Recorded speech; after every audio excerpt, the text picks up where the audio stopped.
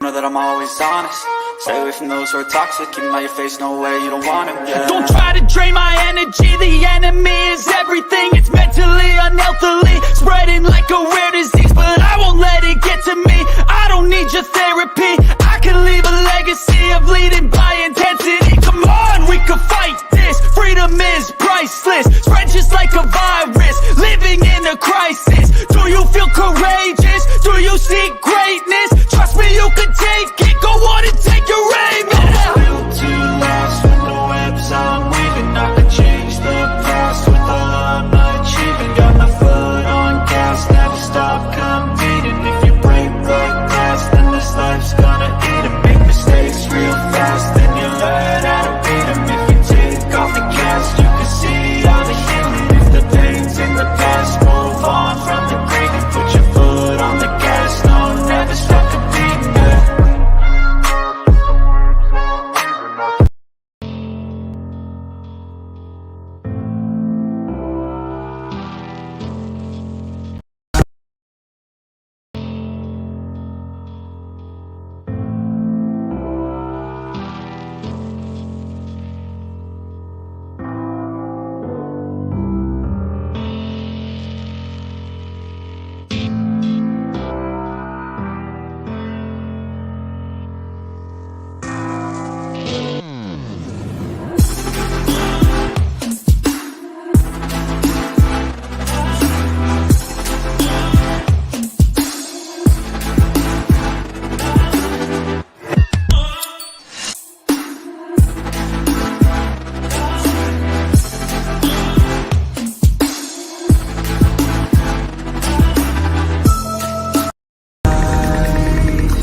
Oh yeah, now wouldn't that be nice? And when you need to revive, just take a deep look inside. Now put your hands up high like you ain't coming down. Go on and touch the sky, get your feet off the ground. Now put your hands up high like you ain't coming down. Go on and touch the sky, get your feet off the ground. Just take a deep look inside. Put your hands up high like you ain't coming down. Go on and touch the sky, get your feet off the ground. Now put your hands up high like you ain't coming down. Go on and touch the sky, get your feet off the ground. Yeah.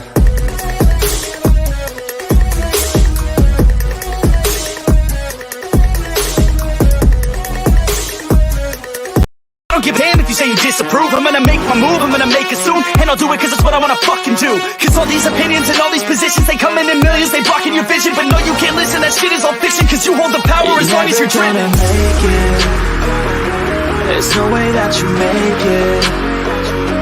And maybe you can fake it, but you're never gonna make it. Aren't you just gonna take that? Make them take it all back. Don't tell me you believe that. Aren't you just gonna take that? Or will you fucking fight back?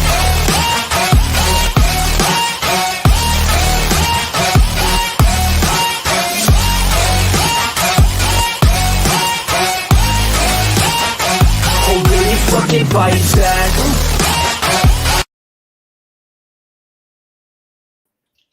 Okay, I'm here finally. Sorry, guys. I had issues. How you doing, Jinxie? I'm good. That's good. How are you? Oh, I'm running slow, running late, and well, you know, there's a first time for everything. Welcome, everybody. So glad to see you all.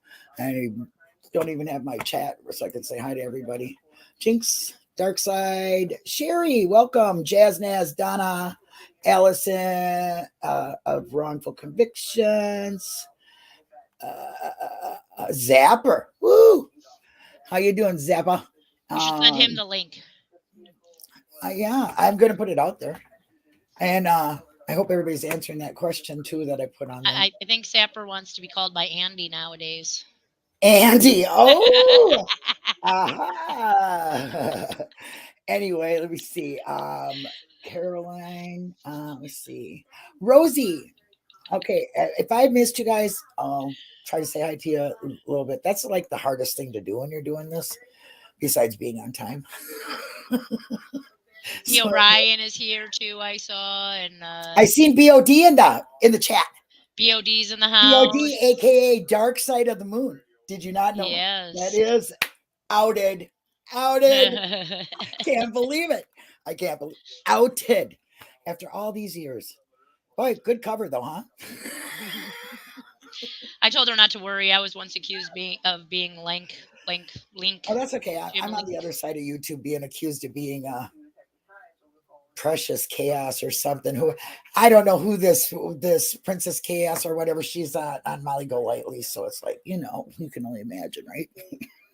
And I asked you guys why you guys don't like confuse me with like Zellner or like Oh, a there you go. lawyer of some sort. Yeah, that's what you need. That's what you need to be.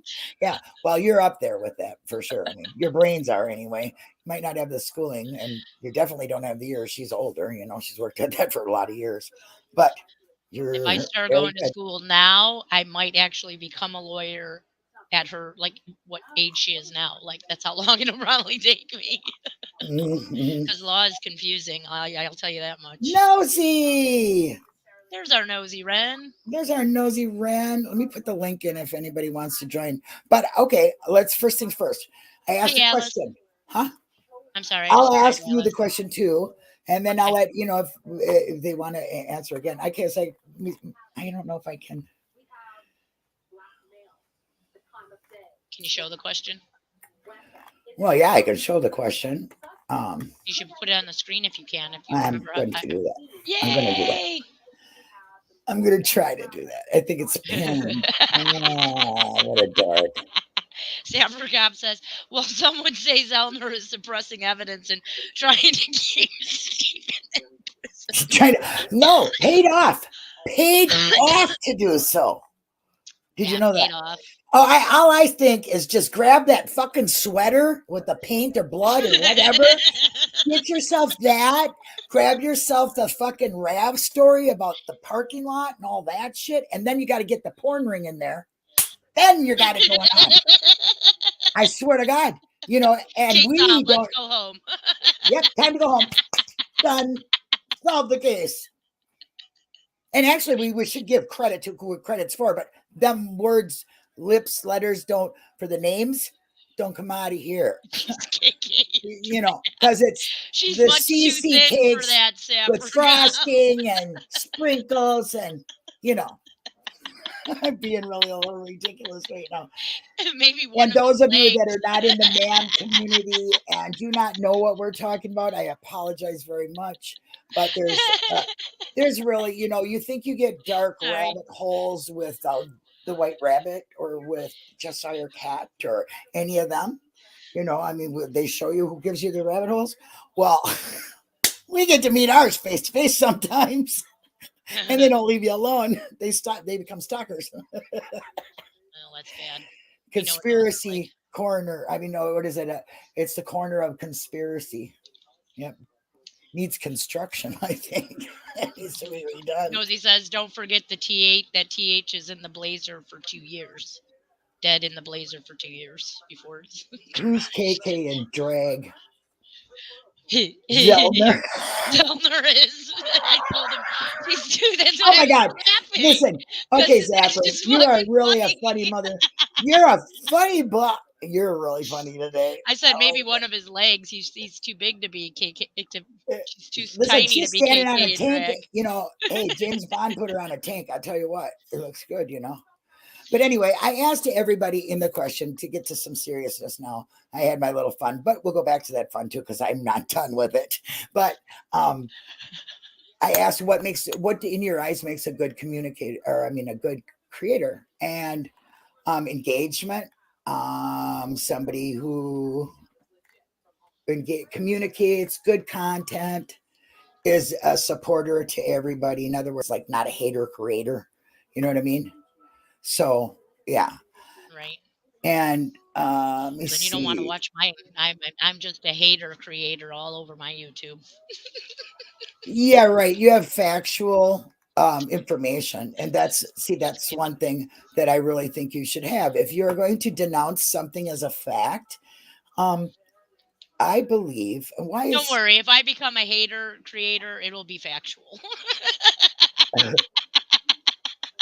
yeah, okay, yeah. Well, you know what I mean, don't you? I mean, I don't know why I'm not showing up on this YouTube, but anyway, maybe I need to refresh. But you need to be factual, seriously factual. You know, you have to be somebody who is going I don't to, mind if people have theories and bring them out there and show us how the process is done, as long as you are, you know, allowing people to know that it is just your theory and nothing more, and why it's your theory. Like a source would be good. Sources. right. Like I can't tell you what I actually like about YouTube content. It's what I don't like, and I can tell you what I don't like. And Yeah.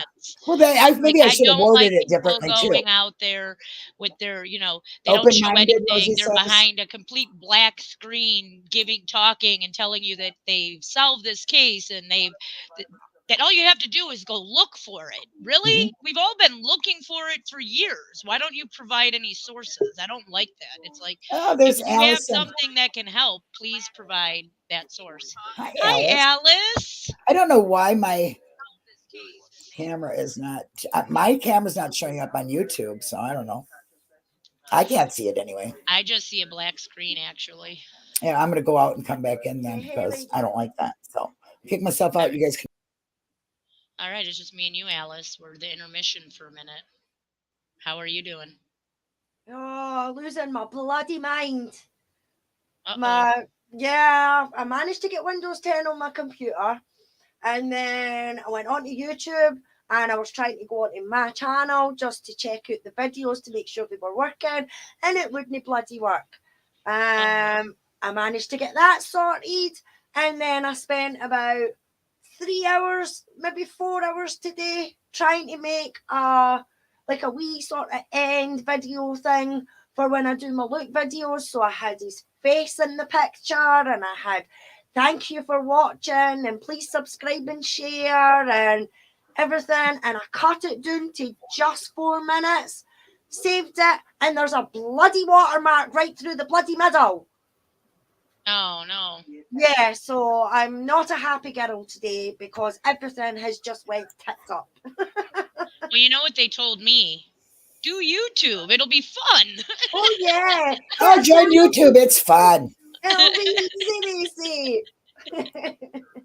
It's a lot of fun. Yeah, okay. Okay, that one's got to go. I'm trying to work out my camera issues here. I don't know what the problem is. So I'll just do that. So at least I'm not a blank spot, right? That works. I wanted to We're be all on just camera. a I mean, I little did my hair and everything. circle. What the heck, man? Oh, Lord. Okay. Turn it off. Apricot says, I'm in the corner with my dunce cap on. Oh, Lord. Well, at least you don't have that tin cap that they got going on over in that other part of Conspiracy Corner. You could be on a Fallon and running from the camp. Ah, Fallon. You're on a Fallon. Yeah, you're on a Fallon. For sure. Or, you might Benell that up. Press clear E. Hi, Nicola. Hi, Pam. I'm really trying to get out. I can't worry about it. Anyway, so we'll leave that on there. That's well, good enough. your icon was there a minute ago, Linda. Yeah, it's trying to get her camera. My camera's not working for some reason. Linda got all dialed up for us, and now I look so great. I mean, my God, 50 pounds less and long hair and 20 years younger, But you guys can't see it. But you can't see it, man. So anyway. Nosy's almost home. Does Hi, that Nicole. mean Nosy's going to join us? Is Nosy going to join us? Nosy probably going to join us anyway. Corner at chat? Deerdine. You need this right here. I think I got this right here for you. You can join the party there, sir. Hey Bobby, you want to come up and answer some questions for us, please? So what do you guys think out there in the chat? What do you guys think is like good content and Oh, What thank is you, it you Rosie. guys like to see on these YouTubes? I'm curious too Yeah, because is it, well, I was talking factual. I mean, there are channels that that they're going down rabbit holes. They'll tell you. They'll say, yeah, well, I think this or that. That's great. I mean, I watch them. I like them. I like a good conspiracy. You know what I mean? But I think when you're dealing with sensitive issues like people murders, people in prison on death row, missing children, missing people, anything like that, or even the misconduct of officials and things like that. You really need to do facts because there's enough gossip that goes around. And when we first started, that's what we were doing. We're telling you basically what the gossip is in the man world. See, and people run with that and they post it all over these Facebook groups that have thousands of people. So it's posted to the masses as a truth, but yet they will not show you anything. And then when you ask them, they're nice enough to say to you, well, so and so is holding so and so because they did this. Like, like somebody in the family is doing something to has the keys to let them in or out, you know. Well, my reverse thought on that is, what do you have to get him out? If you have all that to get him out, you should be running to that lawyer's office, or you should become one yourself. well, the And get it problem done. is some of these people Hi, have gone to Tammy. the Hi, lawyers' David. offices, but the lawyers don't find any credibility in what they're saying. So, Right. I mean, and then it's definitely means that they're suppressing evidence and Okay. Here's another not one for you. suppressing some, you know, What about them secretly unreliable, taping untruthful person. Oh, them? that's just nuts. That to me What is they really said on that tape. dirty low down. That's kind of like what the state does to you. You know. And what I remember is Jerry and Dean actually thought it looked like Ken Kratz, and it does. I'm not going to say it doesn't look like Ken Kratz, Yeah, but but they it did wasn't say Ken Kratz in the 80s. they honestly did say he'd be in high school about that time when was he born? I mean, you know what I mean. But still, the fact that you are secretly you have all this Yeah. information to let them free. That is what you told these lawyers, and then you went in there and babbled, and nothing got. I mean, babbled. I didn't understand none of it. Okay, I didn't understand the relevance to it or any of that because it was argumentative and it was theory and Jerry was like, no, whatever. I think Dean kind of likes a good conspiracy, but Jerry, I don't think really wanted to listen. But I think that's very unfair. You're what do you call that? Using it's like clickbait, but I don't mean clickbait. I mean, who's this? Bait. Oh, porn man. Oh, Corey, get out of here.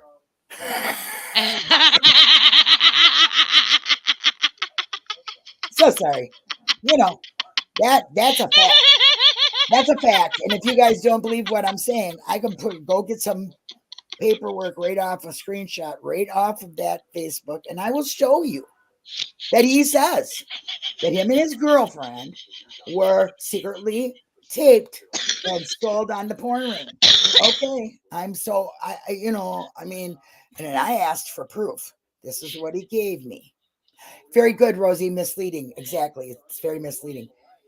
He sent me a paper that told me he was a stalker and he should leave the senator alone because he has mental issues and what did they call it?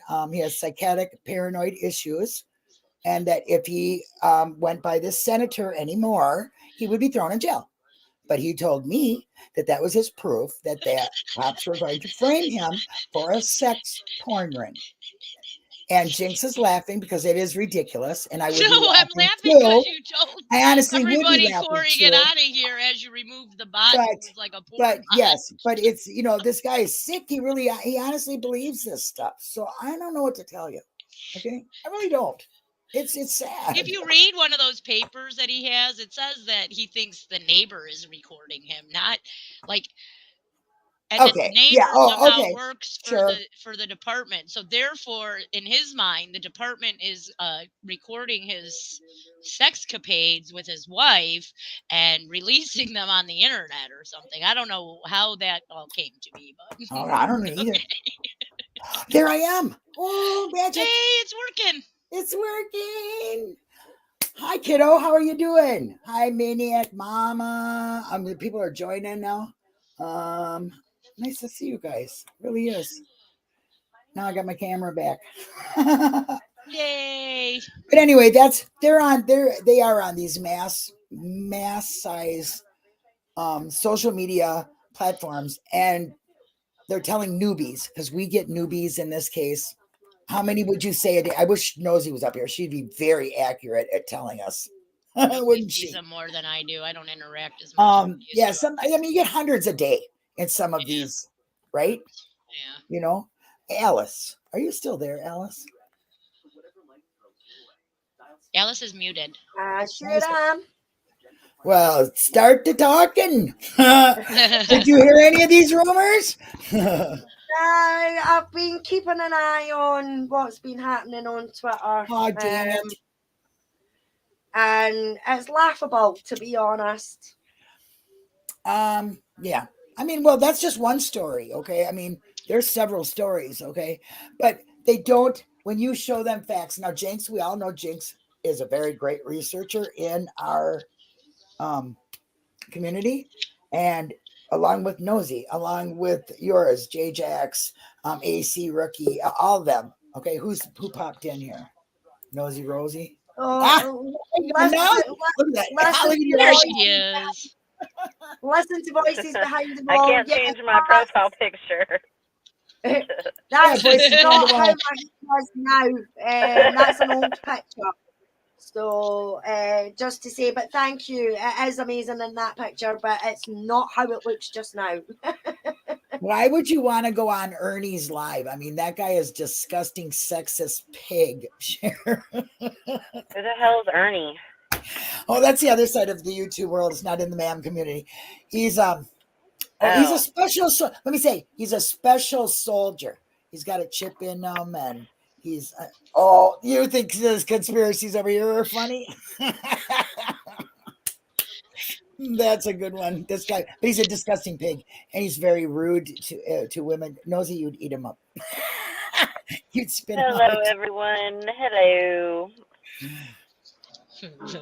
Oh no, it's double, triple trouble. Yeah, you got it. You get us up here. Hi, Miss Moeller. Oh, I'm so nice to see you guys. Thank you for stopping in. I'm really happy to see you all. I really am. So, Nosy, how many people join them groups with all this false information every day? I don't know how many join, but I know it's just the same handful of fucking morons that keep spewing the stupid shit they spew. And they, Wanda, hi. Wonder when Woman. I first came into the community, people who I knew had been around longer, it's like they would say something and it sounded like really accurate and it sounded really, researched and stuff like that. But I found out in the beginning it's not like that. And I understand that people think a certain thing, because owner goes a certain way with it, but it's like they become fucking Dane bread. Hello, brain dead. whenever it comes to what a fact is and what evidence is and what you can prove and shit like that, and it's like, oh, well, fucking Steven said it in his letter, so it must be fucking 100% proof. Like, no, like, shut the fuck up and stop telling new people that. Okay, but that's really a good point. Okay, let's just put it this way. If he's saying all this, why is he saying it this many years later? One. Number two is, why hasn't he turned all that over to his lawyer? And that's all new stuff, right? His lawyer would be taking care of that. He'd be in, boom, appeals court says you need something new. So common sense does not go in there. This is what I think of the letter. It would be foolish to think that this was not completely calculated and planned. I don't think that this was just, I don't think fucking Steven woke up. Look how perfect, look how hard he tried to make this letter like perfect handwriting. He stayed on every line. Like this was thought out and planned out, in my opinion, and it was put out there to put pressure wherever they thought it would put pressure, but it literally did nothing. Nothing. Right. Didn't prove anything. It did not So, provide It's any more new Steven's evidence. feelings It did at not. this point, right. in my opinion. Yeah. He's mad, he's angry. There is some, questionable behavior by some of the family who have not come out to speak about any of it. Then there was the whole, Ma Avery died. A lot of stuff was said in anger, I think, at that point, and it's just a lot of feeling, I mean, he's locked up and Well, angry.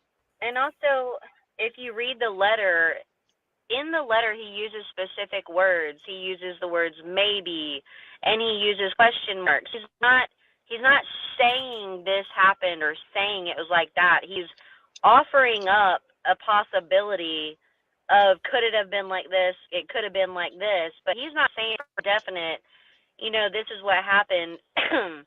That lady that keeps posting the letter and all that shit and thought she had this amazing evidence about the fucking Blazer being crushed, and as per usual, they just end up looking ridiculous. And it's like, read his verbiage in this. It says maybe, question mark, could it, maybe, he's not saying this is what it is. Yeah, they don't realize that when you put a car into a scrapyard, that you get that paperwork. It doesn't matter. It doesn't mean it's not there. It doesn't mean that it was crushed. You know what I mean? Yeah, and it doesn't even say crushed anywhere on the paper. It's like, the fuck is wrong with you people? Like, can you not read? Stop taking words and twisting them into your own fucking narrative. Like, that's what I cannot stand. You're no better than crats when you do that shit. Yeah. I mean, look, as far as I'm concerned with Stephen's letter, it might be on his words and everything like that. And I mean, I've heard somebody, I don't even know who it was, but I've heard somebody say, because we're not talking about the letter, then we're not listening to Stephen's words or anything like that. To me, that letter is a rant and nothing but a rant. He's had plenty of time in that cell, stuck in that cell with COVID happening, everything like that, not being able to get phone calls, not being able to get visitors, maybe in some wee way thinks that the fucking families gave up on him after Ma Avery's passed away and everything like that. So to me, that is a rant. That is him letting off steam in any way he could.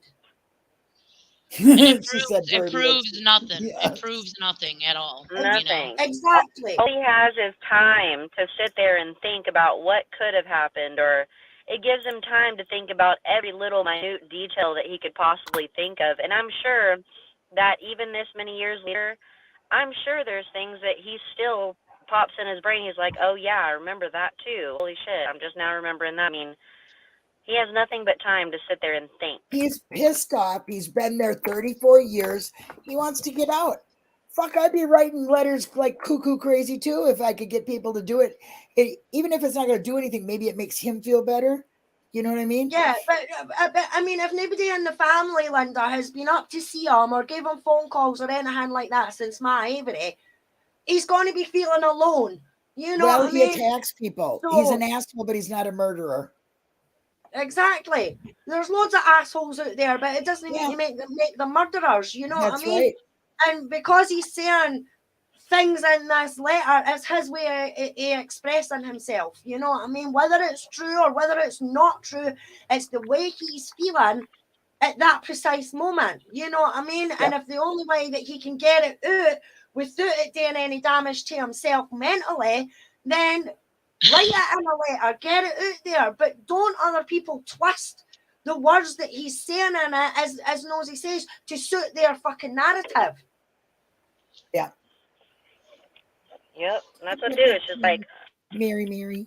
oh God, I could go on and on about this. Well, like I said, I would just started naming off things that were very apparent that are not okay. Carmen Botwell. Okay, how How many? Like, Let's, goddamn. I'm just picking one out of the asshole million that are out there, okay? That's But there going are around people again, that there are actually. people that have YouTube channels that call it something in the dark or something, a blackout or something, and they tell you, "Oh, I got it all," but you got to find it yourself. Okay. Yeah, now, I don't like that what shit. is that shit? Okay. First of If all, you have it, why don't you let us see if it you so we have can it, maybe we'll why see are you something that shady will be shade? better You're or shady different. shade. You need to give that to the authorities. Isn't that what we're all about? Isn't that what we're doing? I don't get it. You know what I mean? Well, the problem is they Well, may have given it to authorities. They may have given it to lawyers, but the lawyers don't see any relevance in it. So therefore, Because they're because not the fact checking. lawyers did not see any relevance in There what we they're go. trying Right to into prove, this, Jinx. There then you go. we're attacking them because we're Oh, disagreeing with them. you're not Because we disagreeing. don't see any relevance in it either. So therefore we must be attacking them instead of just disagreeing. And then they, they go on these rants and stuff, and then they even message you and tell you to kill yourself. So It makes I mean, this makes is you what a I dealt good. with recently. It makes a good conspiracy, Yeah. but that is a channel that wants to do conspiracy, which I watch them. I like them. I got no problem with it. Okay. Mine is everything. Mine's all about people. So it doesn't even matter. We can talk about this one day and then we'll be talking about who knows what the next day. You know what I mean? It's everything here. But you fall right into where I was going. They get mad because you're disagreeing. No, they get mad because you're debunking them with facts. Do they ever come back at you with any documents? No. No, I got posted. That's why I think that was a fact. That was his facts. Okay, look. Yeah, it was his facts. It was his facts that he was psycho. He needed medicine, and he better quit stacking the senators. Okay, said nothing about porn rings with him and his girlfriend, or hidden cameras and all that other crap. I mean, that's really sad. That's really sad that you're telling people that. First of all, okay, it really is. Okay, because you get people to feel sorry for you, and actually, I think what your little conspiracy, and it might not even be a conspiracy about Corey Zipper covering up for the Zippers. Where was he? How come he's trying to get your mind up on something else? Because his last name says something that could be very important to this case. Yeah, maybe. Well, I deflection is fucking a hope they're great at that thing. rally with all that same energy towards Barb and the family in person. And no, just because I say I hope they're there with all that same energy, that does not translate into I want to whoop anyone's ass for those that somehow transcribe that into that. But yeah, I mean, all these I people won't publicly talking shit say it. I online just might go up 24/7. and bop them one. Why don't they just come to rally with that same energy and say all this shit to Barb's face? They've been there before and they didn't say shit to her at the time. No. So why? This is what I don't why understand. They know that the counties are corrupted, right? That's their whole story. Is their counties are corrupted, but yet who do they attack? They don't attack the county or anybody. They're attacking the family. Right. Yeah. Why don't you attack the county? Find some facts that help them that way. I'm sorry, even if Barb knew anything, if I was Barb and I had a kid in prison and a kid out of prison, I wouldn't be going and turning one kid in for the other. I mean, what is that? Okay, well, that's fine if some people want to be on the family knows all this and I don't think but don't state facts unless you have paperwork. Hi, Zepper, welcome to the stream of Mean. Fun times. It's like, we're just trying to Brandon, stop it. We got a crazy fucking psycho at skin wanting to wear looking having ass Mr. Bill from Silence of the Lambs type dude out here trying to start something for a fucking petition for Brendan to get new lawyers, and it's like, you don't even talk to him. Like, how dare you do something like that? And when it's brought to Brendan's attention, he put out a statement, and then his family's accused of forcing and coercing him to put this statement out. It's just like, you can't win no matter what you do. It's like, if you don't go with their narrative, that's it. And it really sucks for the new people, because you can tell how new people are in the group. Like, we had a lady that just watched it for the first time, like yesterday, join the group. It's like, holy fuck, okay, she's brand new. And then you got people still asking about, you know, the RAV being found on the 3rd because they're looking at that document where it says the RAV was seized on the 3rd. It's like you can kind of tell, yeah, you can kind of tell like how far along they are in the research or whatever. But then you got this dumb shit being told and here's a videos question being for you. made and. If you're brand new, and we all have been there, and we start following these threads, and somebody comes up with a document, first thing I'm going to do is look at the legitimacy of the document and see what it says. Okay, because to me that's proof. All right, I'm not one to just keep on asking questions and keep on listening to them. So you weed out the people who really just want a good gossip kind of bullshit. They want to really read something into this. And then you got people that are really seeing the injustice, the, you know, the fairness of courts, the setup, the, you know, the whole shebang, you know, ruining lives, the whole shebang. And hey, we got you know, a law enforcement officer with us right now. So he can, you know, kind of say that too. You know, I mean, they're following the state's narrative with adding all their conspiracies on it. And even like I tried to say, Carmen Botwell, excuse me to the Botwell family. I do know that that's not Carmen's bones. I mean, I know that because long time ago. That's been debunked how long, for how many years. And I get it that people will think that, but as soon as you show them something, they should say, okay, well, take what, you know, look at the research yourself. Not just follow along. Well, you know what I mean? It's like brought up daily in these Facebook groups, you know, and I constantly post the same video, you know, Jinxie's video over and over and over. And I even posted it the other day on a post, and you know, people still kept commenting right after it. It's like the information is literally right here in this video, and you're not even taking the time to read the information. And I think that's what drives me crazy is even when the information is provided, they still are like, no, this is what I believe. You can have your opinion, I'll have mine. Yeah, but my opinion is based on fact, you dumb whore. God, like, what is wrong with you? You just can't. I just got asked. They were talking about the day planner and it being in her car, and Ryan being the first one to bring it to everyone's attention. And I said that's actually not true. It was Scott Playdoran who had it first, and I posted my video so I didn't have to explain all of the documents and everything again. And they're like, I'm not watching that because Zellner said that Ryan had the planner and it was in her car. Yep. I saw that comment. I was like, oh my God, really? And I swear people don't want to do. At one point. People don't want to put the work in. They want to just read what somebody else has said, take it as gospel, and run with it. And that's one of the biggest problems in this case is there was no actual real investigation done. And because everything was planted, we have no real actual evidence to go off of. Right. So the best we can do is listen to calls, read some documents, and try to formulate some kind of hypothesis or theory. And that's why some of these theories are so far out there, because there just isn't enough info to really go off of. Now, of course, some of these theories are so stinking far out there that they shouldn't even, common sense should rule them out, let alone anything else. But they kind of left us a bag of shit, and we have to try to sort it out. Do you think that people don't want to look at documents and read it and take it as a fact because it comes from the state? I mean, do you know what I mean? People might. No, I think a lot of people are just lazy. They don't want to go to the Foul Play site or the Stephen Avery case site and actually read. Well, I saw Obi comment on Twitter about this is this. You know what? This is funny that you bring that up, because this is the second person to make this comment. Someone commented to me and was like, yeah, enjoy reading your documents, LOL. And I was like, what the fuck? Did he just make fun of me for reading the actual case document?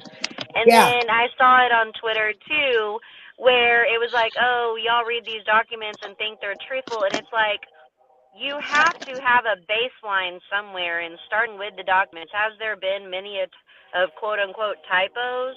Yeah, but for the most part, it's like, regarding the fucking sweater, it wasn't taken into evidence, so it's like it's not Yeah, considered so what the fuck evidence. does it prove? Listen, there That's was a just lot of like a blood whole in that. different Listen, thing. I'm just saying, like, people clowning on others for actually Right. reading the documents, that is the stupidest fucking thing I've heard yet. I totally 100% agree with you. That's what I'm trying to say. You can tell the people who are really truly trying to learn the truth, to decipher through all the bullshit, because when they see something as a document or they take the time to read it, then they move on away from that, the rabbit hole. I mean, even common sense. I know when I first started out, look, I went off on Ducky, and I stay away from her, okay, because she does not have the content that is factual, credible to me. That's my opinion, right? So I avoid that, but I didn't avoid it before I had to prove a point. So bad on Reddit that, I mean, JJX kicked me right off. You gotta go, so because I was arguing, but she was putting out like body measurements or something. She still's got that up. It's still new people are seeing that, and because she's a large YouTube channel, they're going to go there. They're going to think, well, this is factual stuff, and they just never get the truth from that. Her channel should say, I have great conspiracies. What's wrong with that? I don't understand. Well, all the that other problem is I was gonna say the other problem is folks that don't understand what, for instance, what Zellner's role is in this case. Yes, she absolutely would love to. She would love to find who the actual killer is, but her goal is to get her client either a hearing or a new trial, and she's going to use whatever is at her disposal, ethically, of course, to do that. Whether that's naming somebody like Ryan or bringing Bobby in and trying to close the Denny loop. That's what she's going to do, and she's brilliant at that. That's her forte. She's been doing this a long time. We don't have to agree with it. We may not necessarily even agree with what she's doing, but she knows what she's doing. She knows the best route she can take. But people will look at that and go, oh, well, she said Ryan did it, so anybody else that says it isn't Ryan is just wrong. It's like, well, no, that's not really what she did. No, she's trying to get her way into court. If they would look at it like what the legal letter of the law, because she's the best at that, the letter of the law thing. Yeah, what she needs to get in, What Nosy? Is they swear she fucking controls the process of how fast the court moves. That's another thing that drives me insane. It's just like, what is wrong with you? You think a lawyer can just walk into a courtroom and demand a court date? That's not how it works. It's like, and Wisconsin not only is that not controls how it works, it, but look at what she is fighting against. Like, she is fighting against an entire fucking system in a state that's, insanely corrupt. More than insanely corrupt. I mean, And then people talking about she's withholding evidence, she's being paid not to defend Steven. It's just like, what fucking level of methamphetamines are you actually ingesting? Yeah. What are you? She's already a multi-millionaire. Who are you that you're going to pay her to screw up this case? And it just makes come on. And then pay out of pocket all of those experts out of her own. Well, money. wait a minute. What is this? Get a new lawyer. Fire her and get a new lawyer. Excuse me? Like there's lawyers lined up that just want to spend $100,000 on a guy that might not ever. So they're trying to get Brendan a new lawyer by I'm talking about Steven too. Wait. They're trying to get Brendan a new lawyer by GoFunding me some money. And now they're saying Zellner should be fired, and they're gonna try to go fund some money for new lawyers for him there. They're both gonna end up without any lawyers. So to me, they're working against the truth. So to me, I have to question their motives at all. Are they actually truthers, or are they actually those type of truthers that'll turn around and be like, I'm a guilter now? There have been a few of them out there in the past. So it makes you wonder, Well, yeah, anybody who's pushing a narrative about an allegedly bloody sweater being the smoking gun to get Steven out of prison is already outside the realm of sensical. Let's remember that person also put up a picture of the RAV not being in the lot on the 7th and called it the 4th, and he would not even recognize his error for a year at least. So this is also a person who has told us that 8 p.m. comes before 12 p.m. in any given day. If the guy cannot even tell time, how can we trust anything he does? I mean, a kindergartner usually knows how to tell time by that point. Well, you could be a Just special for new CC people. cake with frosting and sparkles, and you might be able to tell the difference. Just got to be careful with who you're Now, listening to out cupcakes there is with all. frosting.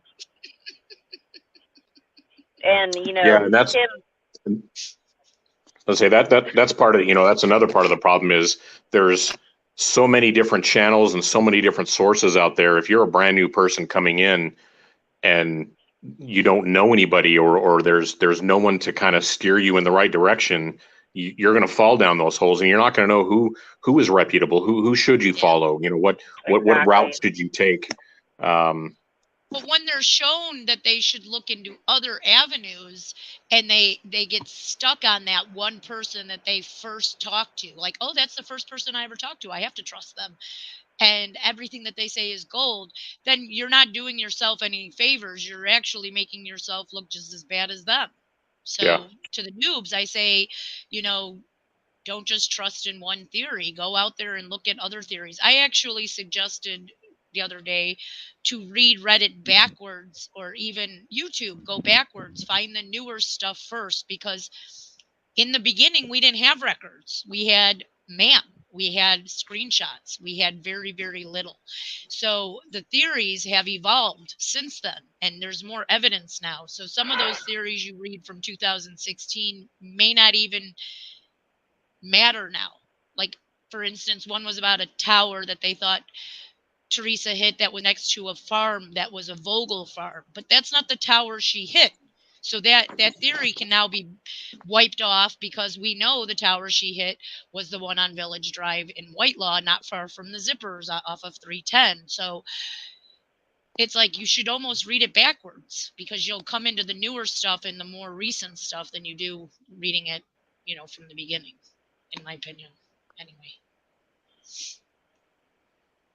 I don't know. I've been on this case for 5 years now, and I still hear the same shit I heard back then. I do. I did not read it when I was brand new.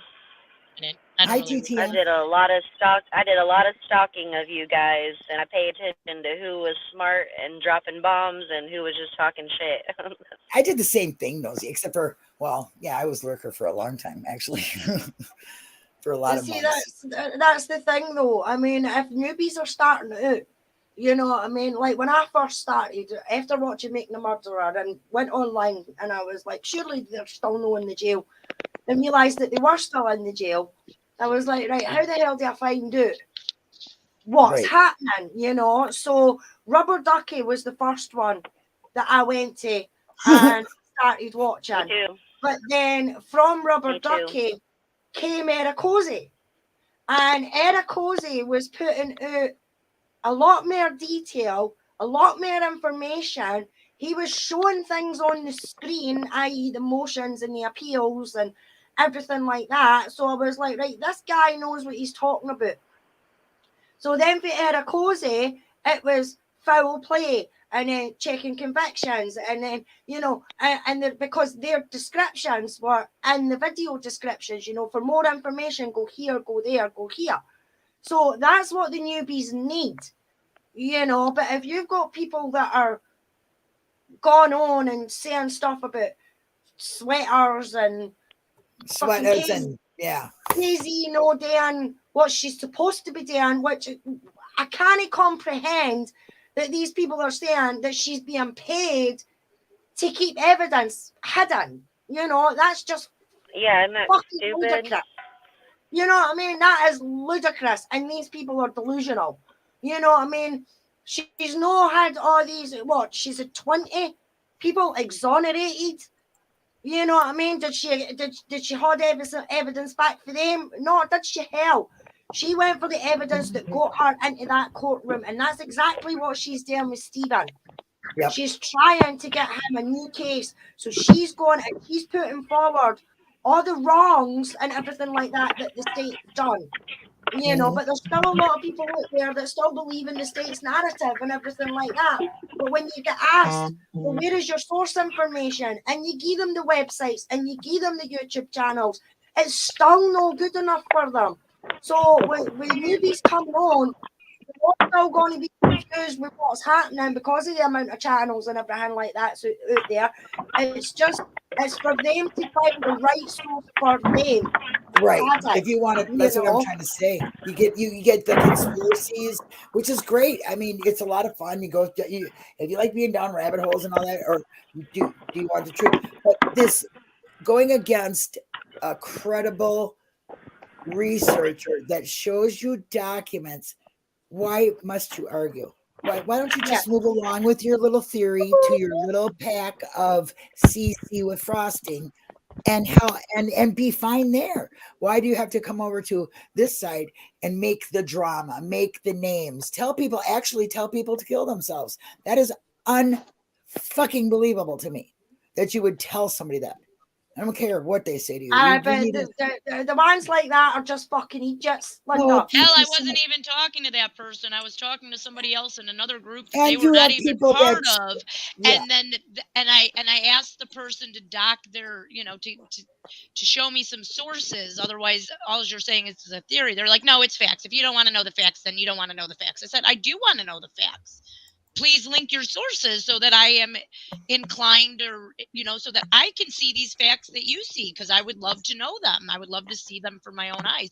And then that person came at me because supposedly that is attacking. When you're asking somebody to source something that they're saying, their theory or whatever, then you're attacking them. So then that person goes and tells the person where they got that theory from, which was somebody I knew they got it from, because we've heard the theory over and over and over again, and there is nothing that proves the theory true. So that person came and attacked me and literally told me the world would be better if I committed suicide, and that would be the best accomplishment that I would ever do. That he's better at Don Lewis case, he's better at the Stephen Avery case. And then in the middle of his rant and telling me that I am better off dead, he tells me he'll come on my live. So what the fuck? Well, nutty. I see that as completely like bipolar or something. Like, no, I would not even invite you on my live. There is a lot of, you get a lot of people with mental issues and that stuff. Sorry, Linda. In Scotland, that person would be called a pure fanny. Fanny. Keep it up. That's what he would be called. Okay, well, listen, let's put it this way. We also got truthers who like to ask hard questions. Zapper being one of them. Sorry to call you out, buddy, but you are. I remember you'd come into Eric Cozy's lives and you'd ask a question and he'd get pissed at you. Yeah, yeah, you would. I mean, but I always respected the fact that you first of all, you weren't rude when you would say anything. You were just really asking straight. These are questions that need to be answered. I don't understand this. Or you're being realistic. You're not in this, oh my God, they're going to get out. I know we're going to get them out. You're like, well, I don't know. This kind of shit looks really fucking shady. I don't think so. Not right now anyway. You know what I mean? I mean, that's, you're realistic about it. I've always appreciated that from you. I try to be that way too, but because like for me, it's been a political thing for the last couple of years. I'm just kind of, no matter what everybody's doing, it doesn't seem to be enough. So I think it's a government thing. I just go right there. So maybe I got conspiracy cave in my brain somewhere too. But so what is it about? Is it your experience through life that makes you want to ask those questions, or is it that's just how you think logically and all sides? Yeah, I think that's pretty much it. I mean, between my life experiences, between, my law enforcement training and having read so many freaking books on just about everything, whether it's fiction or nonfiction, my brain just goes a certain way. And I try not to let emotion come into it. I try to look at everything from a very, I don't want to say black and white, because not everything is black and white, but from a more of a logical standpoint, even if it's something somebody's not going to agree with, or even if it sounds like it's skeptical or like there's no hope, it needs to be said if it feels like that's the reality, and that's what I do. So Eric Cozy kind of never liked when I would inject some of that reality into the hopeful conversations, because Yeah. sometimes it felt like people were really selling themselves that this was going to work and they're going to be out tomorrow, and it's like, I don't want to I burst did your that. bubble, but I did that. So I can relate to what you're saying. I did. I was so hopeful that there's just absolutely no way the courts could ignore all this evidence that looks, and I don't mean like physical evidence, like blood or this or that. I'm talking about how the cops didn't do this right with or they didn't follow procedure there, or they didn't fill out that there, or why was, this, conflict of interest here, just them kind of things. Okay, Yeah. the shady situations, I should say, because I don't really know, I wasn't there, but what I read and don't read, and what I see and don't see, it's the don't see that really bothers me. So I thought, oh my gosh, there's just no way a court will ignore this. Right. Absolutely no way. Well, I want to tell you something. Casey, I have the utmost respect for what she does. I think she's the best in the United States. But when she wrote her last motion, which was packed, I mean, we can name them off. How many Denny's were there? 3, 2, 2 or 3? Denny's and lots of Brady's. There Okay, was like and 6 Brady's. And prosecutorial misconduct, and insufficient lawyer, and blah, blah, blah, blah, blah, right? All them things. Normally in a state, you can name any state, I guess, if you have one Denny, and maybe you need a couple other things, one Denny and insufficient, whatever, tampering with a jury member. Boom, look at Scott Peterson. A jury member lied and he got a new trial. So when I seen that in this last thing, it did pop my bubble of that. Yeah, I mean, there's, and the same thing went when I know there were several times where Barb had come into the chat, and I know a lot of people just want to attack Barb. They just want to go after her because she let Brendan go to prison and all this stuff. And there's an inside part of me that feels some of that too, but the outside part of me and the questions I would pose to Barb were just questions that I felt needed to be asked, and a lot of people wanted to tiptoe on eggshells around the family, and that's not me, because I don't do that either. Well, sometimes I don't. They might have a good question. I want to tell you right Barb now, doesn't know how to answer it. I sit across the table the from way them, they want them to, from both and of them. She's lying, or I've sat across the table and told them exactly what I've thought. I've asked them straight out questions. They have no problem, and I want to tell you something right now. I'm not a person who I don't have a very nice delivery. Okay. I'm not the most gentle woman when I speak. Why are you motherfucker doing this? I'll say that right to their face.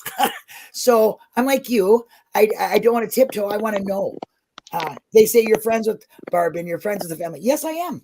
But I will tell you something right now. If I seen evidence that showed me of what you are saying, I would want that evidence to go forward, because I really do want the truth. Okay. If it was my daughter, I would, sorry, kid, you're going to go speak to, I'll bring you a lawyer, but you're going to go see a cop, you're going down to the jail. I just believe in it that much. It doesn't matter if I'm their friend, and it doesn't cloud my view, because I still read and don't see anything legally that Barb did wrong. Okay. But I see a lot of legal issues with everything else. Sapper. Yeah.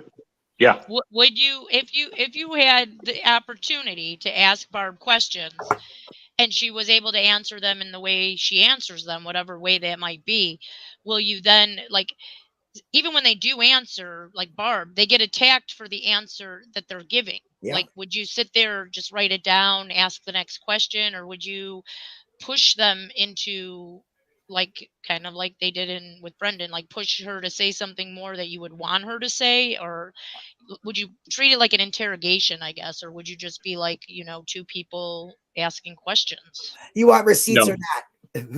Yeah, for me, my position on the family is I know that Barb she didn't set out to save Bobby or set up Brendan. Right. She didn't plant evidence. She didn't do anything to frame somebody. The only place Barb went wrong was to say allowing herself to be manipulated by the unethical investigators. So no, if I sat down with Barb, and I think she's even answered some of the questions I asked back then, and I don't remember what they were, but that'd be my position. I'm not looking to interrogate her. More I want to know is, sit down and explain to me as much as you can about your interview with Dietering, about your interview with the folks that talked to you. What was that interview like? What questions did they ask you? How did you get to the point where you were manipulated? So yeah, and calling names and doing all of that serves absolutely no purpose. So no, I wouldn't treat it as an interrogation, because there's nothing to interrogate about. For me, it's just straight information.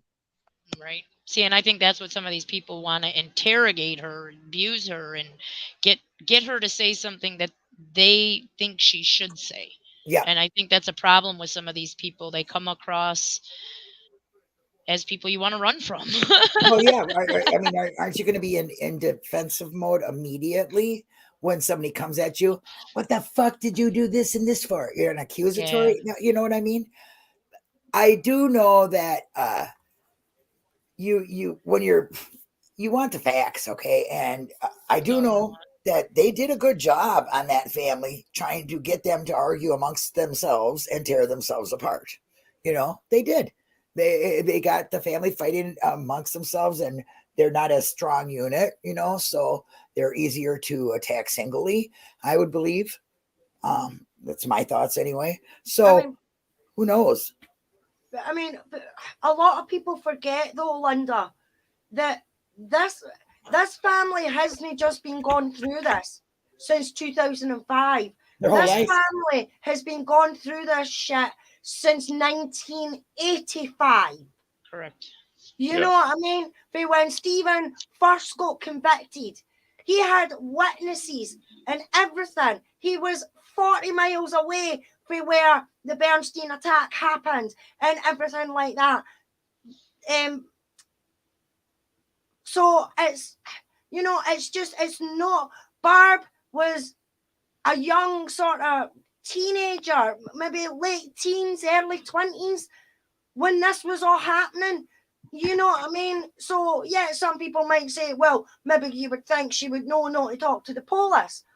No, because after a certain period of time, you would think the police have learned their lesson and do things the fucking right way. You know what I mean? Because when it comes to wrongful convictions, I mean, I was fucking blind. No, not necessarily blind, but I didn't believe.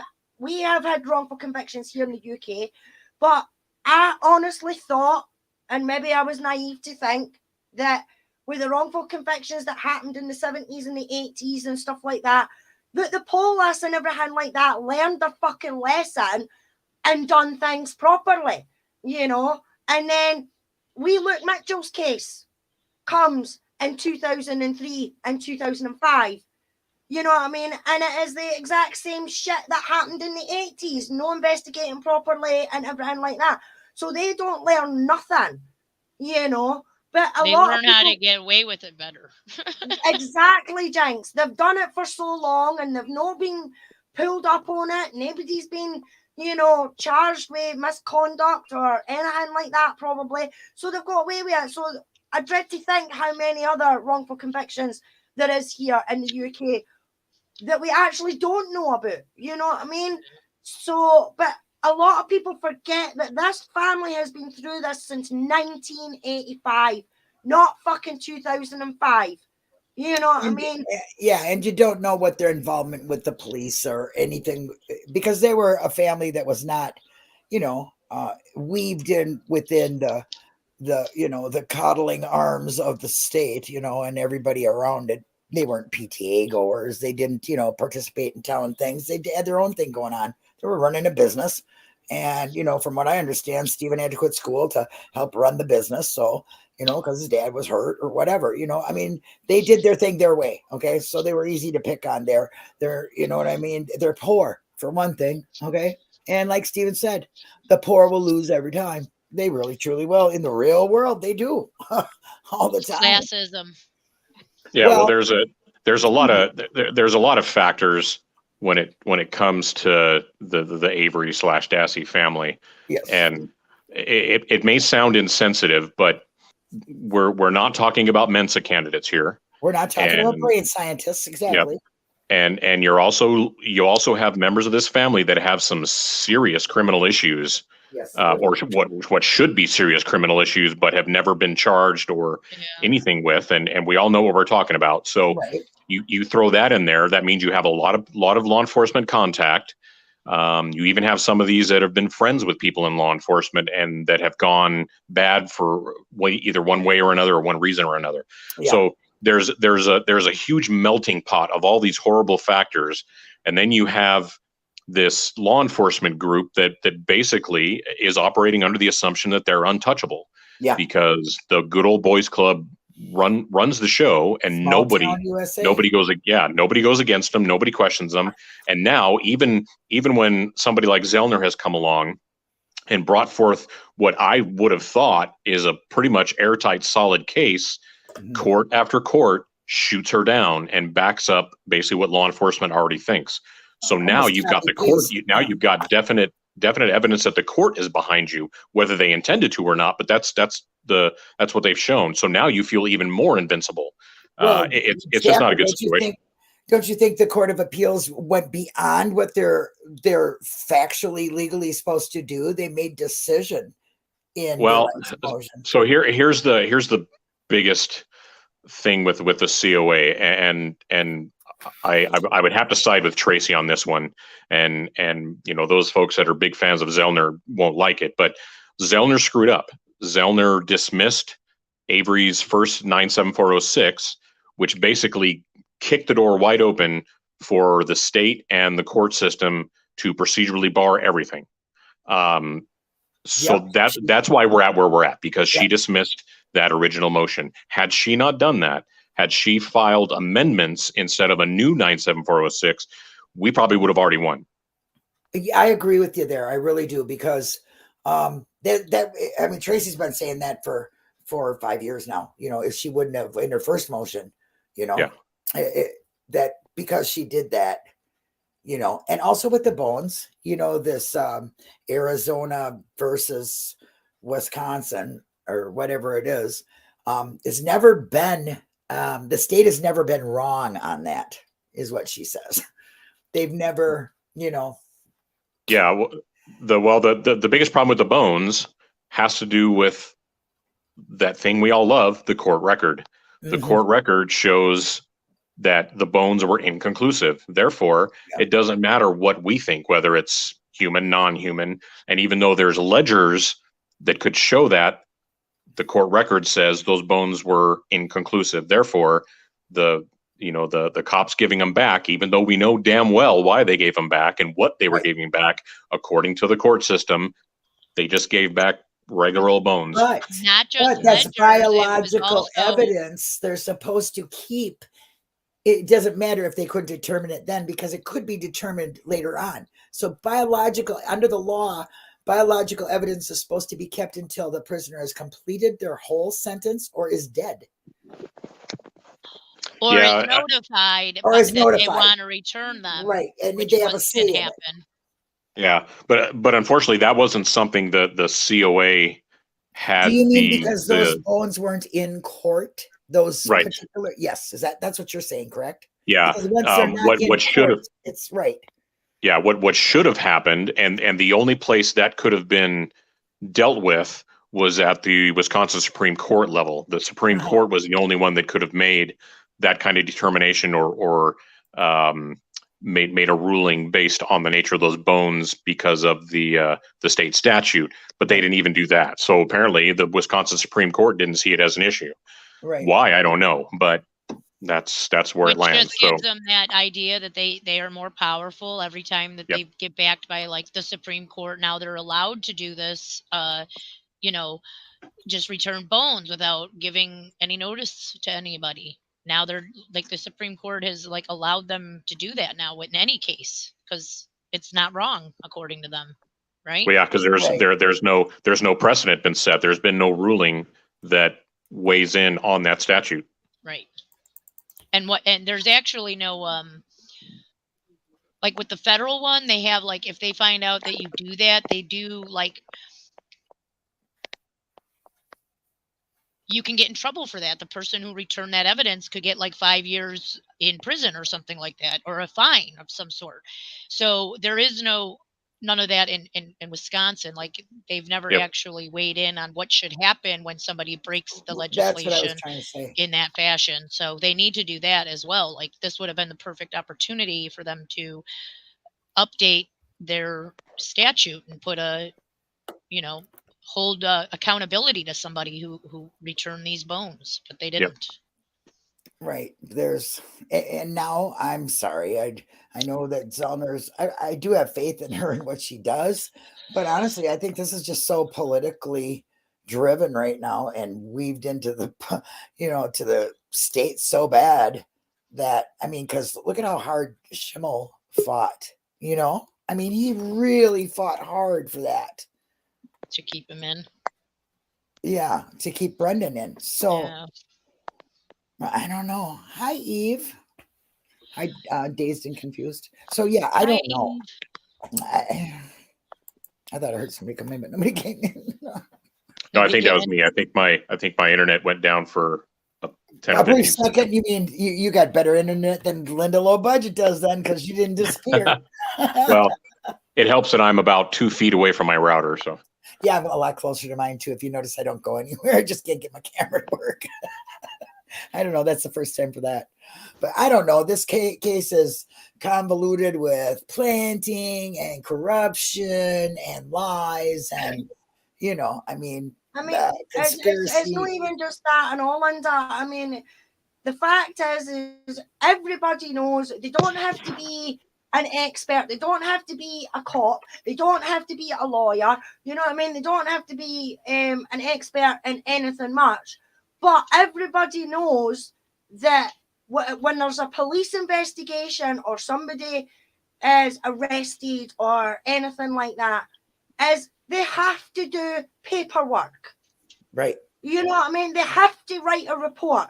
Even if it's just that they stopped somebody and they had a broken tail light. You know what I mean? They're supposed to write a report about it. But throughout this whole fucking case, the amount of reports that haven't been written or the amount of reports that were written 8 years fucking later just to try and cover their own asses is ridiculous. And the fact that people aren't picking up on these things is beyond belief. You know what I mean? Especially the courts. Why are these cops and things like that not getting questioned properly about why certain reports and things like that weren't being written? I mean, Sapper is an ex-cop, and I'm sure a bit of his freaking career and everything like that was doing paperwork. Yeah, You they know do. what I mean? Their investigation is not a typical investigation, even for that time, 2006. You know what I'm saying? There's no ensue pictures. Pictures. Well, the first thing it says, there's like 5 steps you take right away. First, you seal it off. You separate any witnesses. You take a camera and cards, and you what is it? You search for the main point or main crime scene area, the main point of it, whatever. I can't remember what they call it. And then you take pictures and you document everything, and you document when you're putting it in an evidence bag, and you sign it off. And that kind of stuff wasn't done in this case. And that follows in a lot of wrongful conviction cases. Yeah, you know? but even the chain of custody, though, Linda, even the chain of custody in this case has been tampered with.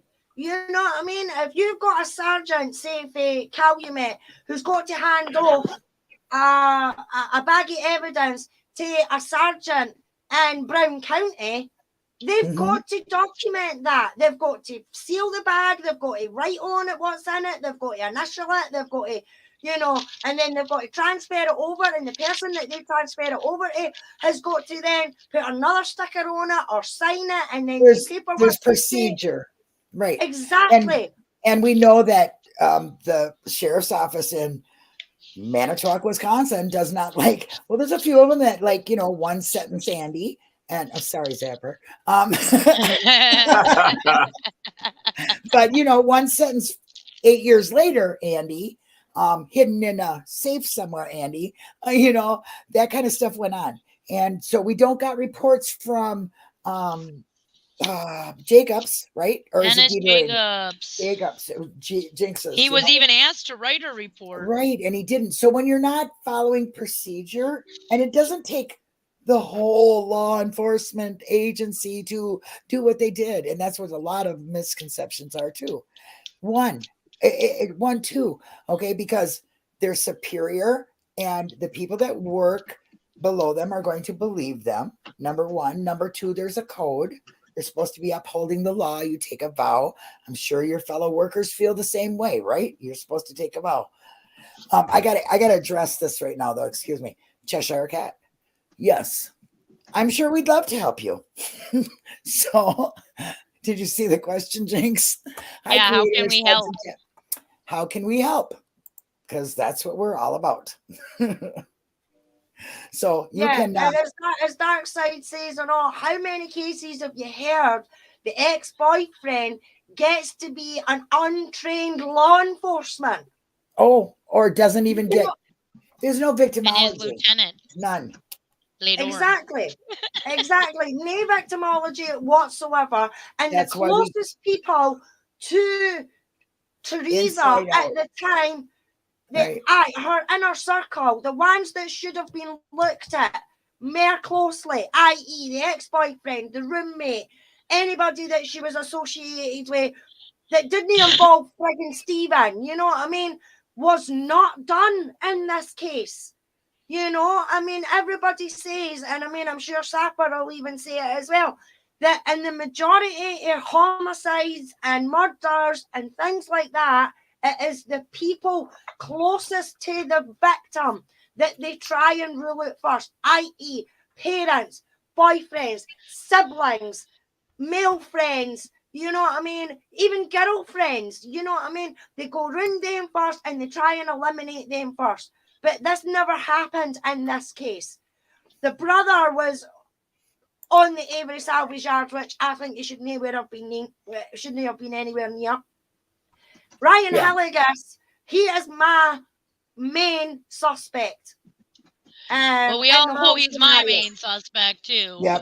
Well, when you don't do a victimology, that it's really hard to even have any idea what could have went on, because you have to take the victim, then you have to what surrounds that victim, what's the closest to that victim, what are their habits. I mean, to me, that's what you're supposed to do, and that's how you figure it out. There used to be a show called Disappeared on I don't know if it was Discovery Channel or HLN or one of those channels had the show, and like the very beginning of the show, it says something like, when someone disappears, you often find the clues in what they were doing in the weeks before they go missing. So they look at that stuff, what the victim's doing, what the patterns are. Have the patterns changed? Who have they met? All these things that are, you know, to find somebody who's gone missing. Sometimes they find them, sometimes they don't. But I always wonder why they didn't do that with Teresa. Like that was the victimology that they should have done, was find out what this person's patterns were before she went missing. And they never did that.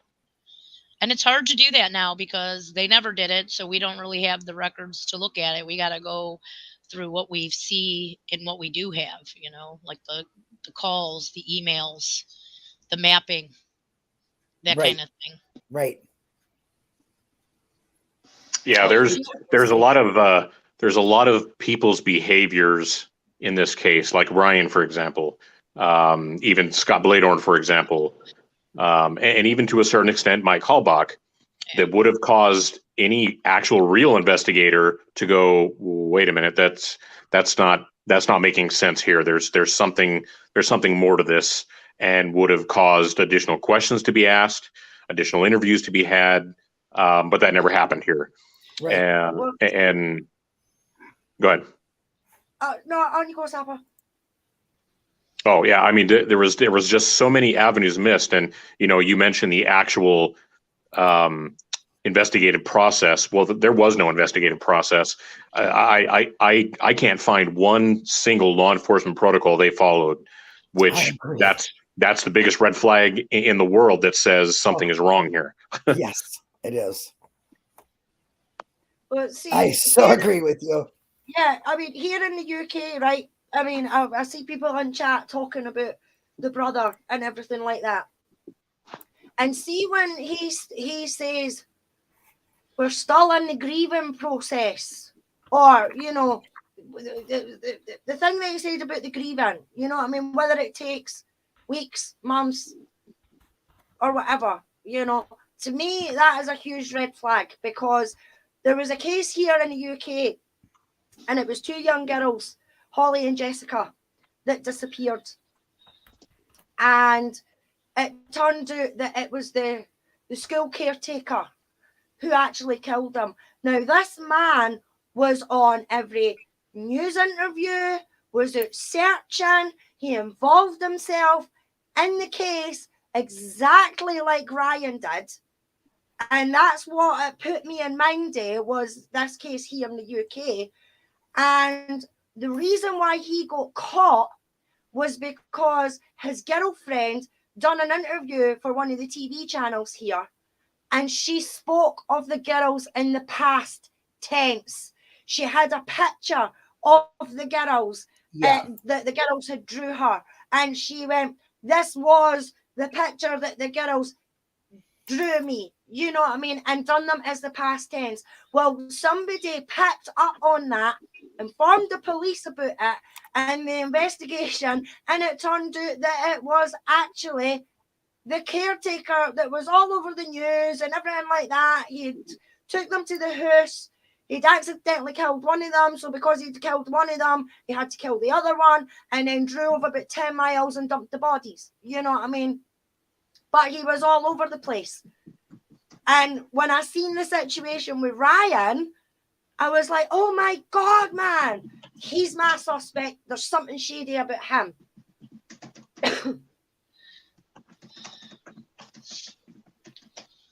I don't like how the community just ends looking at any other suspect just because, the main focus of Kathleen Zellner's right now is Bobby's. So, like, nobody's willing to look, not nobody, but some people are not willing to look at other suspects. Like, I tried to look at Bobby as a suspect. I've gone through the evidence that people see, that Kathleen Zellner sees, why he makes that good Denny suspect. I just don't see him as being the one. I just don't. Did we lose Linda? Yeah. Yeah, but yes, Mary. Ian Huntley, that's exactly who I'm talking about. Is Ian Huntley. And he got caught because of his girlfriend talking about the girls in the past tense. And somebody picked up on that and ran with it. Leslie Lemieux does mention she talks to Tom Pierce on it's like the morning of it's like right after the 3rd, it's the 4th of now at midnight or whatever, he calls in, and it's like really, really early in the morning on the 4th. And she talks, and she puts in her report how he referred to her in past tense as well, as Teresa in past tense. So it's not just Mike referring to her in like grieving and all of that. It's Tom Pierce too. And some of the officers did note that, and other officers didn't. It's almost like Leslie Lemieux was trying to do her job, and then the other officers kind of took over for her. She was the first one on the scene, if I remember right, wasn't she? Too much logic with her, maybe. I don't know. Everybody, I just posted Cheshire Cat's YouTube channel. Please, everybody go over there, subscribe, ring the bell. You know you love watching the Cheshire Cat, who is in our chats. And right click and open in a different window so you don't lose us. Yeah, like I did, because I wanted to check it. That's why I knocked myself out. Oh, is that why? Oops. Yeah, 'cause I wanted to make sure it was working. But anyway, everybody do that, please. It'd be great. Oh, thank you so very much. Gosh, I have a brain empty right now. Crockett, I love you, Crockett. I hope you're doing well. Thank you for joining us. It's great to see you in the chats again. And everybody that's here, it's been great. Yeah, I can't land on any one definitive suspect. Right. You know, I think he's missing. Yeah, I think there's a way Bobby could be. I think there's a way Ryan could be. Ranger. And the only reason I say Bobby is because he's still closest to the location. He was there when she was there. He leaves when she leaves. Yeah.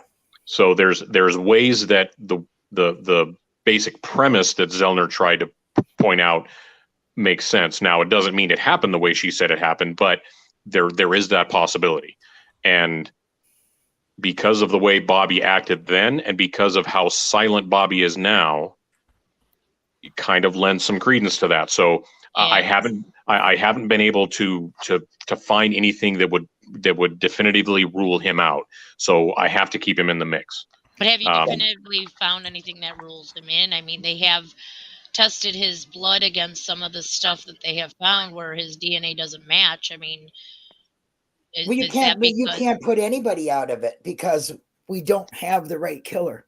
You can't. Everybody is still a suspect. 23 wasn't him either, right? Like, we don't know that. And CX wasn't him. I mean, in the quarry, you know, the fingerprints on the car aren't his. Yeah, and when my run through CODIS, doesn't some of that evidence like prove that he's actually innocent, maybe, or but not guilty of the crime? To make that true, you actually have to have faith in that evidence, which I don't know that I can trust pretty much anything the state has put forward. But why not just use him then as the secondary person? They would be able to prove his prints on the car. They could put Stephen and him away instead of Stephen and Brendan, but they don't. Because they don't have anything really with him either. And he's not the one that was with Stephen that night. They don't have anything on anybody solid. No. You know what I mean? They don't. I mean, because first of all, I believe wholeheartedly that the police had everything they needed, them few, to plant the stuff they did and got rid of anything that would help the conviction be a fail. DNA, only in certain But the thing areas, is why would they get rid of evidence that did prove Bobby was part of the crime if they could then use that as... Because Stephen was going to be $36 million richer. But why not go after Bobby then and make Bobby the accomplice instead of Stephen Brendan? Could get his $36 million. Well, I guess the other question to that, Jinx, would be, why would they use Bobby at all? Yeah. Why did they pretty much hang their case on him as a star witness if they didn't need him? Because Brendan, who they tricked into confessing into some stupid bullshit, then decided he wasn't going to take no deal and testify. Now who do they have left? Right. Because they didn't want Bobby, I don't think. I don't think Bobby was the one intended to be up on the stand pointing at Avery, saying Avery did it. It was supposed to be Brendan, but he couldn't testify because he did not deal out. Yeah, I agree with you on that part. So why not just use Bobby then as the accomplice? Why not go after the real killer? They actually had physical evidence that pointed to Bobby and make Bobby the one who was manipulated by his uncle Stephen and forced to do this. I mean, he may have taken it, and if he was actually guilty and had prints and stuff, maybe he would have taken that deal knowing it. Well, we don't know what they did because they won't give us access to his 11/9 interview. We don't know what they told him. Well, here's a real good question, Jinx. Why wouldn't they just go after the real killer then? Well, right. If it was I Bobby, mean, why not why just go not after do an Bobby then if he was investigation? the real First of killer? I mean, all, they did why think don't you it was just him do at it for first. the human goodness of being an officer and wanting to find justice? Why wouldn't you do it the right way? I mean, and if you ask me, it all goes to Stephen and the money, and that he made them look bad, and he got out. You know what I mean? If that's the route that they were thinking, and that's why they did this, you know, why would they Yeah. want Bobby to be guilty? They want Stephen to go. But They made they sure it could was have done the Stephen's same thing DNA to and Bobby that they did Teresa's to DNA. Brendan and said, look, we know you're an accomplice. We have your fingerprints on there. We will give you 10 years if you go on the stand and tell him, tell him that it was Stephen who did it. Stephen insisted, Stephen pushed and prodded, and he abused you, like all of that stuff. And if Bobby was actually guilty, I could see him then going, okay, then fine, yeah, I will do it because it gets me out of it in 10 years. And it gets, my uncle behind bars. I mean, wasn't he trying to get his uncle behind bars? Isn't that the whole theory? He thought he was gonna like frame his uncle. I mean, so I just don't see it as I don't know. I just if all that evidence was there and they just erased it how they can Well, they did, yeah, in to the keep the lab. conviction. To keep a Why conviction. would they do it with Bobby when Bobby's on the property with Steven at the same time? It doesn't make Could have put sense. them together, made them the Doesn't make criminals. sense for them to do it, Jinx. They wanted Stephen. That's what I think. But they still would have gotten Steven. But with Bobby You mean instead, having him be the the Brendan part of accomplice was it? Steven, right? Oh, have him be okay. Because his prints are on I'm the a car. little They can slow. actually prove that he was on the car or that his blood was in the car or any of Okay. that if they had actually found any of that. Right. Okay, gotcha. I get that. I don't know. Maybe because I they mean, couldn't at get that Bobby point, to then they say would the have had things. Bobby and Steven in the They- car because they have Steven's blood in the car and they have Bobby's prints. Then that would, and he is right. We don't know what they said to him in the November 9th interview and how why hard they is pushed that him and still what they may have considered said they sealed? had that they did or did not have. I don't know. Why is that still considered sealed too, by the way? Good question. Well, I mean, it's sealed because if it's it's in a its strong original conviction, it should be packaging. all open. Yet they take it out of the original packaging and sent it to the DOJ so the DOJ could make a copy, send it back and put it in the original packaging, I guess, and reseal it. Now we can't get it because it's sealed in the original packaging. However, the DOJ now has a copy that isn't a sealed original. So you ask them for it, and then they claim They all just these don't want to things go like like this with the ongoing tape and sign it? litigation. They don't want to taint a jury. They don't want to taint any new witnesses that might come forward. They don't want to And showing ongoing evidence is going to do litigation. that. Ongoing litigation. It's all about like ongoing litigation, and if this Okay, well, case was not tried, but this is a closed case, so yeah, all of that's what that I'm going to BS say. is It BS. doesn't matter. It should not matter. What is it? Sealed is not sealed by the courts. We know that they released everything. They opened it up or whatever. So sealed means taking that knife and going to the envelope or tape or whatever it is, and then signing it, taking it out, making a copy, doing whatever, and then sealing it and signing it again. And that's just pure laziness, or that's because they were told to never let that out. Well, that's what some of those emails have Hi, Cotton Candy. found. What is this potential animal blood in the wrap? We don't even know if it's real blood. Like my friend Diggum on Twitter always said, maybe it's Halloween blood. It was Well, Halloween. that's what I always said. I don't even think there was blood in there because they said when they looked in there, they couldn't see it. But all of a sudden, Sherry and her little cotton ball crazy sticks, she made the little check and dropped a little here, dropped a little there. Dark Side probably kept it in her hair. You know what I mean? Kathleen has Bobby's interview, and I'm going to just say I believe she would have that. I would believe that.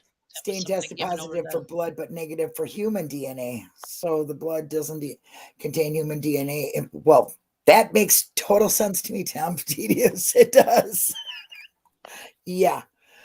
I don't know. This case just gets stranger, and the more you dig into it, the stranger it is. But it's getting, if the courts would take all your research that you guys have done and put all this stuff together and nice little motion and go like this and hand it to them, they would just throw it away.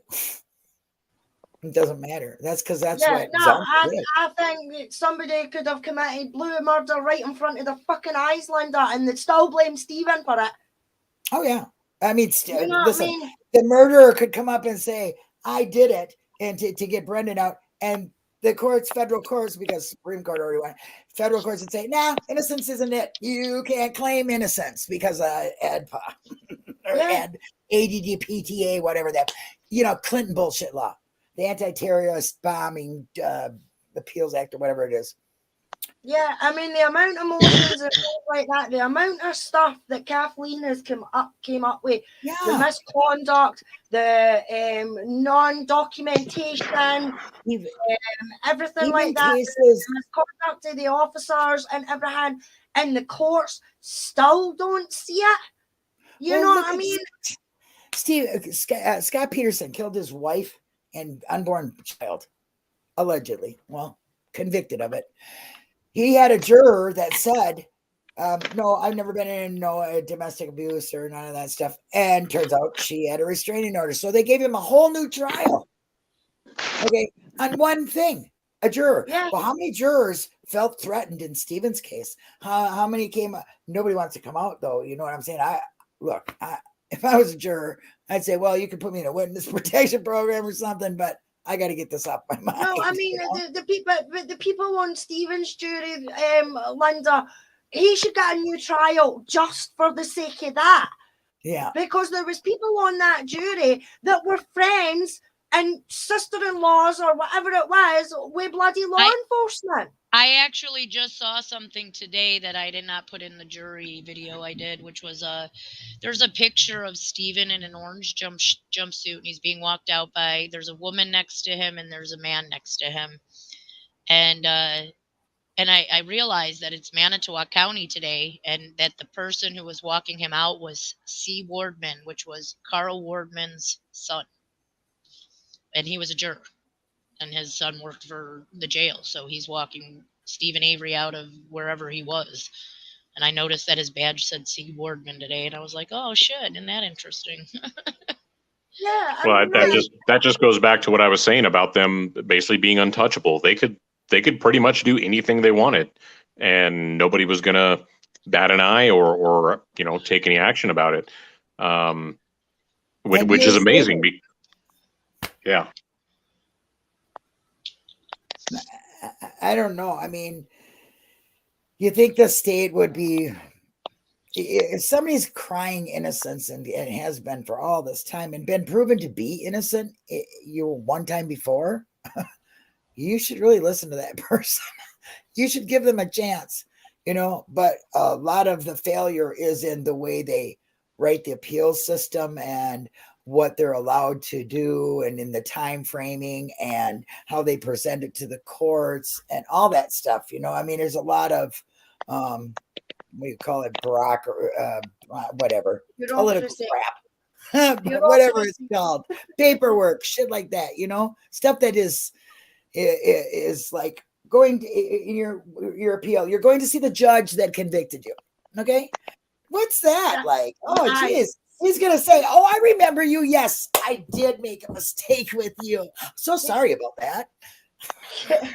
Really? That would be every prisoner's favorite dream, Linda, if that was the case. You know what I mean? I'm going to the same judge that convicted me, and he's just going to change his mind and say, oh, I remember you. I've lost sleep over you for the last 16 years. I was hoping you'd come here. Yeah, right. Yeah, it's just unbelievable that they can do that. I mean, but just not only that, I mean, and Stephen's trial, the officers that he was accusing of planting are the ones that are in the fucking courtroom showing witnesses evidence and handling evidence. It was, when I seen that in Ma'am, I was like, are you fucking kidding me? They should not have been anywhere near that courtroom. They should not have been anywhere near the property. Nobody in Manitowoc County Sheriff's Department should have had anything to do with this fucking case. Yeah. Well, that's like I say, it starts from the very beginning of an investigation. It starts with the first feet on the ground there. You know what I mean? But even it doesn't even matter when it comes to courts nowadays, honestly, because the percentage is 96% go to plea deal, 3% only are seen by a jury. So what is that? Plea deals are meant for the guilty. Okay. And how many deals are those deals made of innocent people just That's taking what I'm deal going to because say. of fear? That is what I'm saying. Because the courts are backlogged, they want to rush them through. They really strip you of your rights to a trial from your peers and all that, by making plea deals with you. They're only for the guilty. If you're guilty, okay, well, we'll knock off the death sentence and you'll get life without parole. Okay, if you say this, that's good for a guilty person. But if you're innocent, and because you don't have the money to fight a court jury trial, okay, and the prosecution is trying to get you the hell out and tells you a deal that sounds good to you because the other guys are telling you you're going to go down death row, and so they say, oh, we'll just give you 15 years. When you really would go to court and be seen through that process and probably not end up doing that much time. Their sentences are even doubled sometimes through plea deals, but they don't know it because they don't have the money to fight it. And they don't know their rights to that stuff. They think it's a good deal. And But law is plea deals are confusing for the layman. I'm sorry, but it really, really is. Yeah. But I mean, it should be a level playing field. It should be a level playing field. The defense we've lost should have as innocence much before money guilt. to spend on experts and things like that, especially when it comes to a murder case. You know what I mean? Because it's no fair. It's no fair that the prosecution has got all these resources and all these experts that they can rely on, but the defense has got to fight for funding just to do certain things or get certain experts in. You know what I mean? That's not fair in any court in the land, in any land or any country, because it's exactly the same over here. The Wait, they gotta prosecution fight has for a lot funding? more. Is that what you said? Yeah. I mean, Well, let's just put this into perspective. Wisconsin got over $1 million in funding from the federal and from two different grants that they were given for the purpose of doing DNA tests and tests for people who thought they were who claimed they were innocent in prison, and that's what that money was supposed to be for. Right. And it's kind of what they did in Stephen Avery's first case. They started this, law that you can test this stuff no matter what, no matter if it's been tested before or not. You can test whatever physical evidence they can to prove your innocence with this funding. And yet they still turned around a day later and gave the bones back to the Hallbach, supposedly. Well, that's another thing. Get funding. You should be able to have your evidence. To do certain your evidence that convicted you should be able to prove your innocence. But it's not even the evidence that's convicted you. It's the evidence that was collected that was never tested. Wasn't used, right? Like the fingernail clippings from the pubic hairs from the 85. They got to retest that stuff under this law. Like what about anything that's collected that's physical or biological evidence, it collected in the investigation is supposed to be held for later examination if need be, and they are funded for that. They do get funding from the government for that stuff. Well, they do. Yeah. Okay. $1 million was a lot of funding for them to return bones that could have freed Avery. Thank you for stopping by, sweet Connie. I just think the whole system needs to be completely wiped out. First of all, we're always going to have issues because we have state to state to state, state's choice. I think that's a problem. Okay. Yeah, but there should be, I want to know why the federal funding can't be used against them now, with them going against the Supreme Court won't even hear it. Like, they got federal money for that. So why can't the federal government now jump in and say, look, we're funding you for doing this stuff and you're committing fraud in collecting this money? Where did that money go? What I mean, Jinx. Why is there not like a separate entity that checks these things, that checks I think it would be fraud, wouldn't it? That if they're getting $1 million for the defense side of things, why is there not a separate entity that can investigate if this money is actually going for the defense? And if it's not going for defense, where the hell is it going? Because as you say, it's fraudulent if they're asking for it for the defense side of things, but then they're spending that £1 million on something completely different. Well, because why doesn't the part of federal government jump in?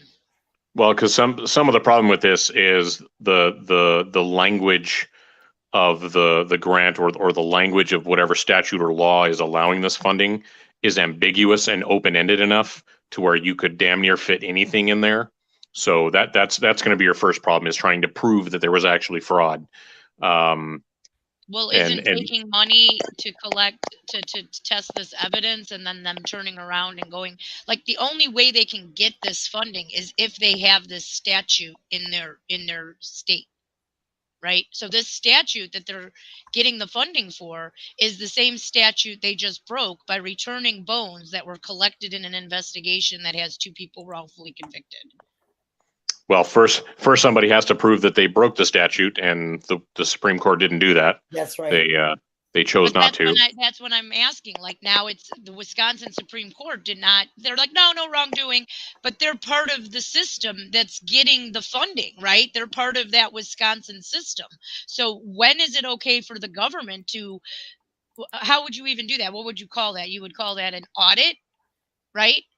To see where the money's going. And then if they find out they're breaking their own law, wouldn't they be able to step in and say no more funding for you? At least something. That would take some significant investigation, and you know the well, we know nobody does any of that. Well, no.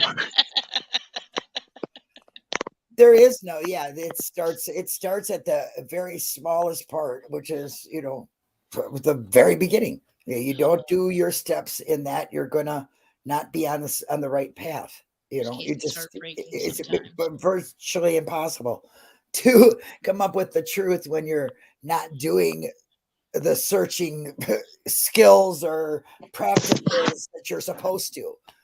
Writing reports, making sure dates are right, making sure, yes, you did see that vehicle be in front of you, Andy. Sorry, Zapper, but you called that in front of you.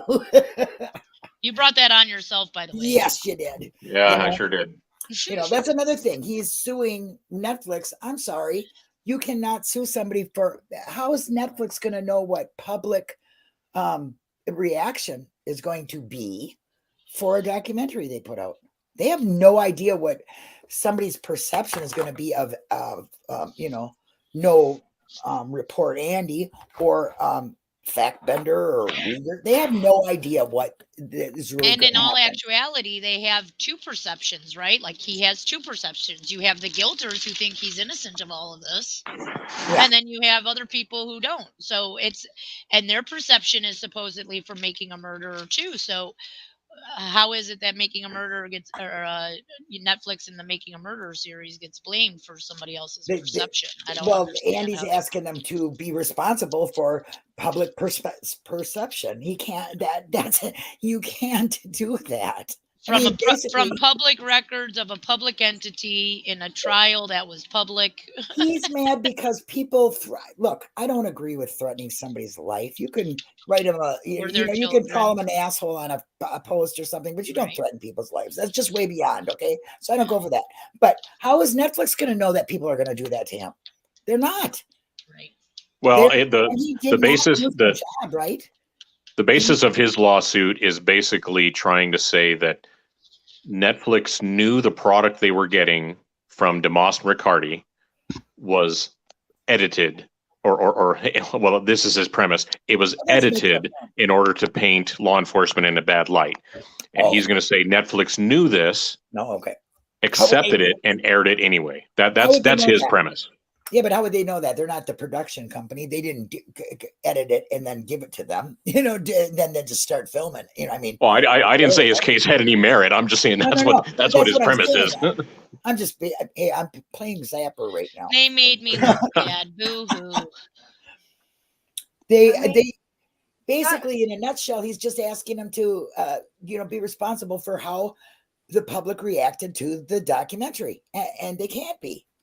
Well, no. What I think dumbass was looking for was a quick payout, Yeah. and he probably had it in his head somehow, and maybe even Greaseball helped put the idea in his head that if I go after Netflix and I make a big enough stink about a big enough case, maybe they'll just cave in and pay me some money. And what he found out to his chagrin is that's not how it works. You go Right. after somebody like Netflix, they're going to pound you into the ground. Right. Exactly. And that's what he's finding out, unfortunately. And I'm waiting for him or whoever his current legal team is to call off the depositions. If they don't do that and he gets deposed, I feel sorry for him. Well, So no, I don't feel sorry for him at all. No, I'm sorry, Zapper, got no love for that. But I'll tell you what, I do believe that if he does that, he's gonna be cooking his own goose, because there will be things that they can dig into and find, and he's gonna have to answer to that. So it could be beneficial. Maybe.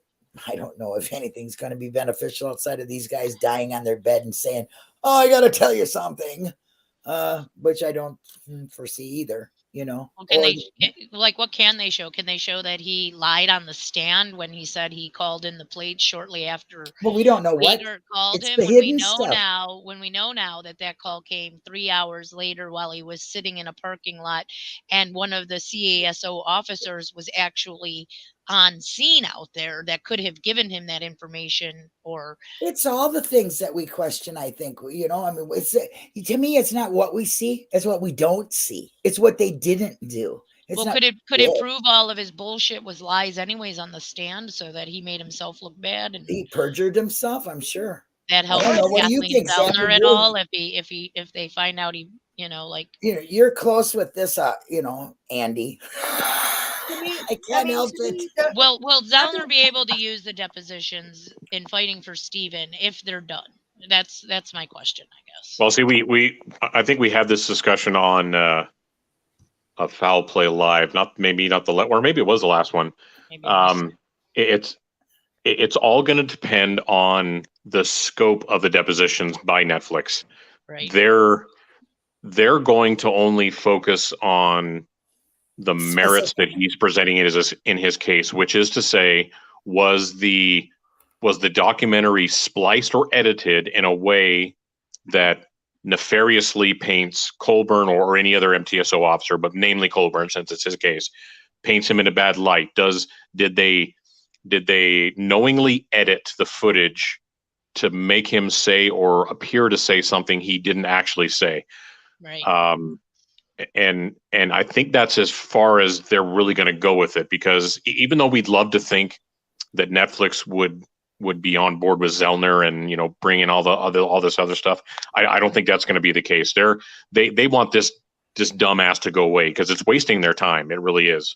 Well, how are they going to prove? How can they say that he didn't say something if they edit it? What's going to happen is they're going to get they're going to get the full footage from DeMoss and Riccardi, and they're going to compare it, whatever sections that Colburn is whining about. They're going to compare it and say, okay, if you show the entire 3 hours of this instead of just the 10 minutes you put in the documentary, would that 3 hours worth still reflect the same concept that you showed in the documentary? And I hate to say, Colburn, it is. It's going to show the same thing the documentary did. No matter how you want to phrase that you put it, that's exactly what you did. Yep. I agree 100% with you on that. I really do. I don't think he has a chance in hell.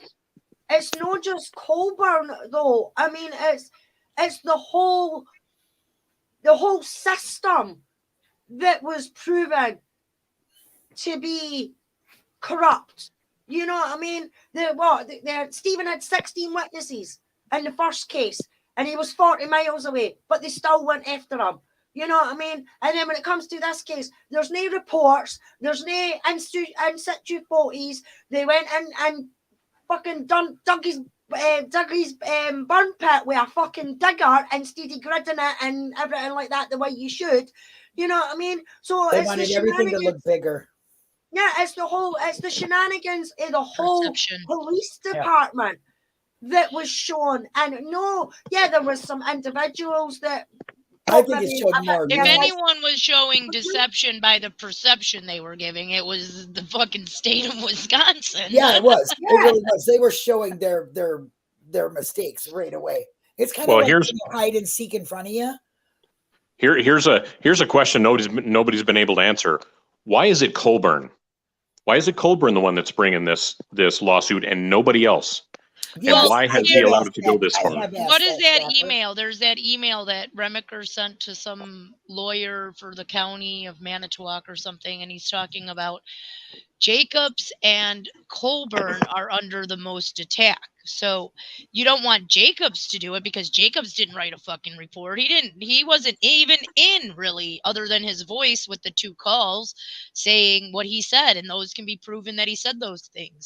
So maybe they had to use Colburn because he's the only other person who was being under attack by all the public people. Why isn't Link? He's been accused of being a dirty cop and planting a key. But I don't think Lank was contacted at his job telling people, look, I'm going to kill your daughter. You'd be better off dead. Your kids suck. Shit like that. People said stuff like that to him in emails. Yeah, they said that to everybody, according to Pegler. I mean, who's that guy that was? But did they get actual emails directed directly to Colburn threatening his children? I mean, like that we know happened. They've all had something, Jinx. I guarantee you they've all had some sort of email, Fassbender, Liegert, everything like that. I bet you they've had all the types of emails coming in for somewhere, for somebody. You know what I mean? But I don't know. They were really into Manitowoc. Manitowoc was the one that framed them in the first place. They were so bad attacking Manitowoc that they were on the Manitowoc City Police Department making comments, and that wasn't even the right department. So I just think they went after Manitowoc a lot more. These people did. I don't think they went after Meagher or went after because of the conflict of interest. Right. Because they did Here's a good question for all of you. What's that? 1985. Why do you think they prosecuted Stephen and only went after him? With all of this going, what would be their reason to do that, to give him the first wrongful conviction? Because that's where it all stems from, is from the 1985. Well, they wanted to get him for the Sandy Morris gun incident, being she was the wife of a cop.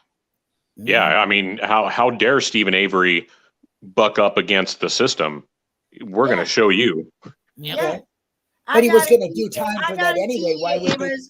Because he wear his ties and everything like that, and they keep themselves to themselves, and they're no part of the clique in the tune. They don't go to PTA meetings. They don't go to community meetings. But he was out on bail. Like that. In my opinion, Stephen was probably a cheeky little shit like all young boys are at 19, 20. I don't care what he did. Now, Stephen only got 6 years. Okay, but still, he was being convicted for something. So he would have did 6 years. Why are they going to pin a rape on him? Because he only got 6 years because they pinned the rape on him. Because he wouldn't have gotten, he got a much harsher sentence because of the conviction of rape and attempted murder. But that's what I'm saying to that. Why would they want to give him more if he's going to be doing some time? Why then with the Sandra Morris thing? Why would they pin a rape on him too? Because they can. Because they can. Yeah. Okay, well, that's a good him answer. Not to go after like 6 years, wasn't like there was a possibility that if they brought the Sandra Morris thing, they had a cop go with Sandra Morris in her car, drive by the Averys to see if anything happened on several occasions, and nothing happened. They didn't really have a case for the Sandra Morris thing until he comes and pulls a gun on him. But now he's kind of got a case because she's sitting there talking shit. They have a case looking at him, like she's got the police looking at him for a crime he didn't commit. You know, it kind of makes them look all stupid, right? So we don't want to look stupid, and we can get him for this rape and give him some time, and then maybe he will even get a little more time for what he did to you. Yeah, well, I don't know. Whereas he might have only gotten probation. He might have only gotten a year or 6 months or 3 months had he not had that other conviction. I just that they had a real deep hate for Stephen or the family or something. I think it had to go beyond that. I mean, I've heard people talk about property or whatever, but that's not a guarantee either. Just because when somebody in prison that they're going to lose their property. You know what I mean? Person So buying up the property over there is not the I county. just think Is that Josh the Radon. angst has to be so strong for Steven to want to pin something else on him when they've already got him being convicted of something. So Just to me, for that's the all same messy. I reason they don't get it. convicted him of murder and not rape of the niece, because that wasn't going to get him the time. He was going to, like, let's say he did have sex with his non-biological niece Marie. Okay, she was 17 at the time of this, Right. right? So if you look in the statutes for Wisconsin, when it's become 16 and 17, it's now a misdemeanor. It's no longer a felony against you, right? So they don't want that, because that's not a felony against you. They want you to have a record. That's why they wanted to give him something that was going to stick with him for the rest of his life. Rape. He would have had to come out of jail. If he actually came out of jail on probation, or parole, he would have had to admit to that to get the parole. Well, he wasn't going to admit to anything. That's why he Well, sat we there a know long that time. because he took him 18 years to prove his innocence. And you do know that good old Andy, he tried for the sheriff's department many times and was not allowed to until he received that phone call. 2 weeks later, he becomes a sheriff. Isn't that nice? Yeah, they had it in for Stephen right from the beginning, and it was probably caught because he was a cocky wee bastard, and they didn't like it. You know. Okay, what I well, mean? you also. I wonder if he went to school with any of the law people's children or anything, where they just didn't like him from when he was a kid. Because they do target Stephen, and not like they're not targeting Earl or Chuck. They do target Stephen. There is something there that they really he's kind of cocky, Stephen. kind of controlling. I mean, maybe he probably would have flipped them but off on the way past. You know what I mean? If they were driving past, he probably would have flipped them off. You know what I mean? Something like that. Just a typical young lad at the time. You know what I mean? And they didn't like it. And they were going to try and get him one way or another for something or other. And they got him for Sandra Morris. Well, there's another, there's that other thing that, Barb went to school with, I don't know what cop they're saying, the new, rabbit hole around here. Who cares who they went to school with? They grew up in a small town. I have to say that. They're going to know each other. Andy and Earl were friends or whatever. And I mean, you're going to be friends in a small town with, your dad was a cop, so your son's going to be a cop. And you go to the same high school. So that kind of shit can go right out the window too. Okay. Maybe their issue was not with Stephen himself, but with Arlen Avery, who was a Manitowoc sheriff. That's and maybe that was the only way they could stick it to the family. Was there anything he did that was not following the, I the heard good old rule? When Wanish, who was sheriff before Kosarik, decided he was going to run again because he didn't like who was there or something, who was running. Arlen, I think, wanted to keep Wanish. I heard a story. I don't know if it's true. It's a rumor I heard. It might even be from those weird, strange people. But so maybe it has something to do with that, or maybe it had something to do with Stephen Avery's not uncle, but his mom's first cousin or whatever it is. He was the chief of police for the Manitowoc Police Department, and Kosarik started under that guy as a cop for the PD, for the city, not for the sheriff's office. So Mary, there are some connections there that have cops upon cops. And if I remember right, the sheriff's department didn't really like working with the police department. They had a competition type of thing, like that's even happening in the 80s, right? The guys in the police department are saying, hey, look, it's not him, it's most likely Gregory Allen, but the sheriff's department's like, fuck you guys, we know what we're doing. Right. So maybe it had something to do even with that aspect of it. I don't know. Mary says Chuck was friends with Colburn. I don't know that. I do know Earl was, and because he said it on Ma'am. He said, well, we used to be friends, and so I don't know. And Zapper, I hope you have a good night. Thank you for joining our girly panel. Yes, You thank make you for us think. joining us. Yeah, Thank you so mean, much. with the Sandra Morris thing, in my opinion, it was a case of how dare he do that to a cop's wife?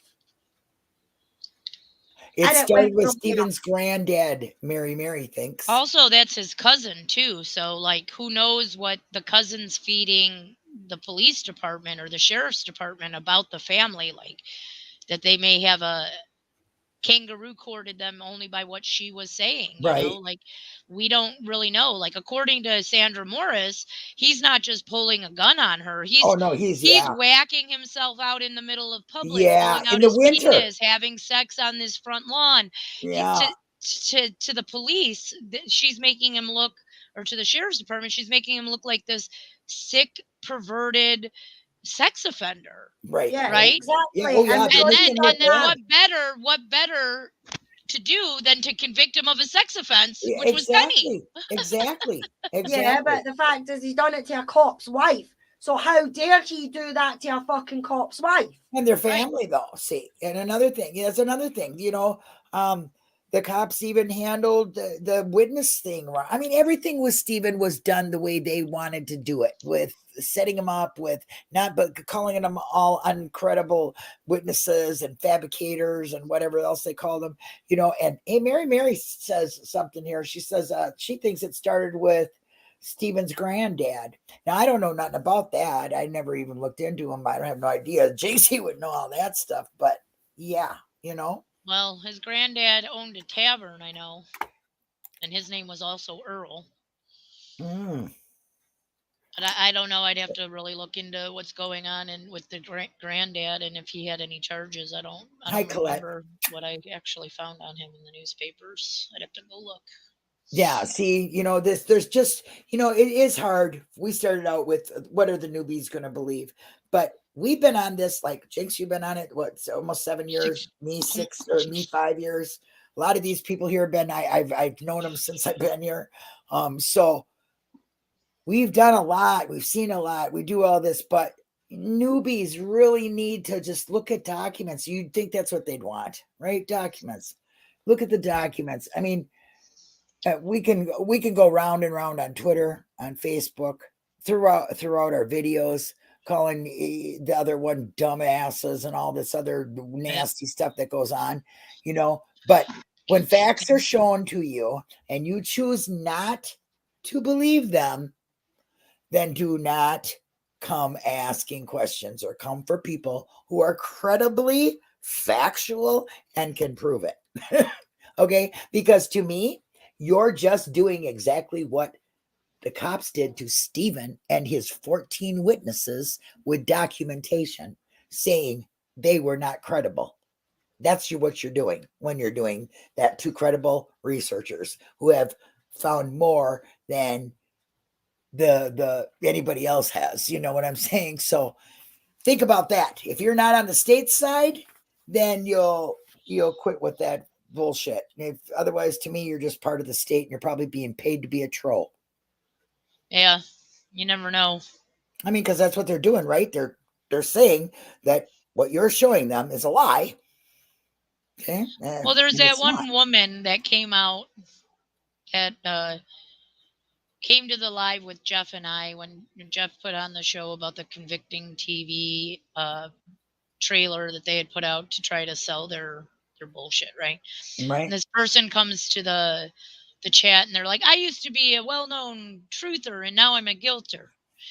And I was like talking to someone else about this person now being a guilter, and they made a point to say, you know, they were probably always guilters.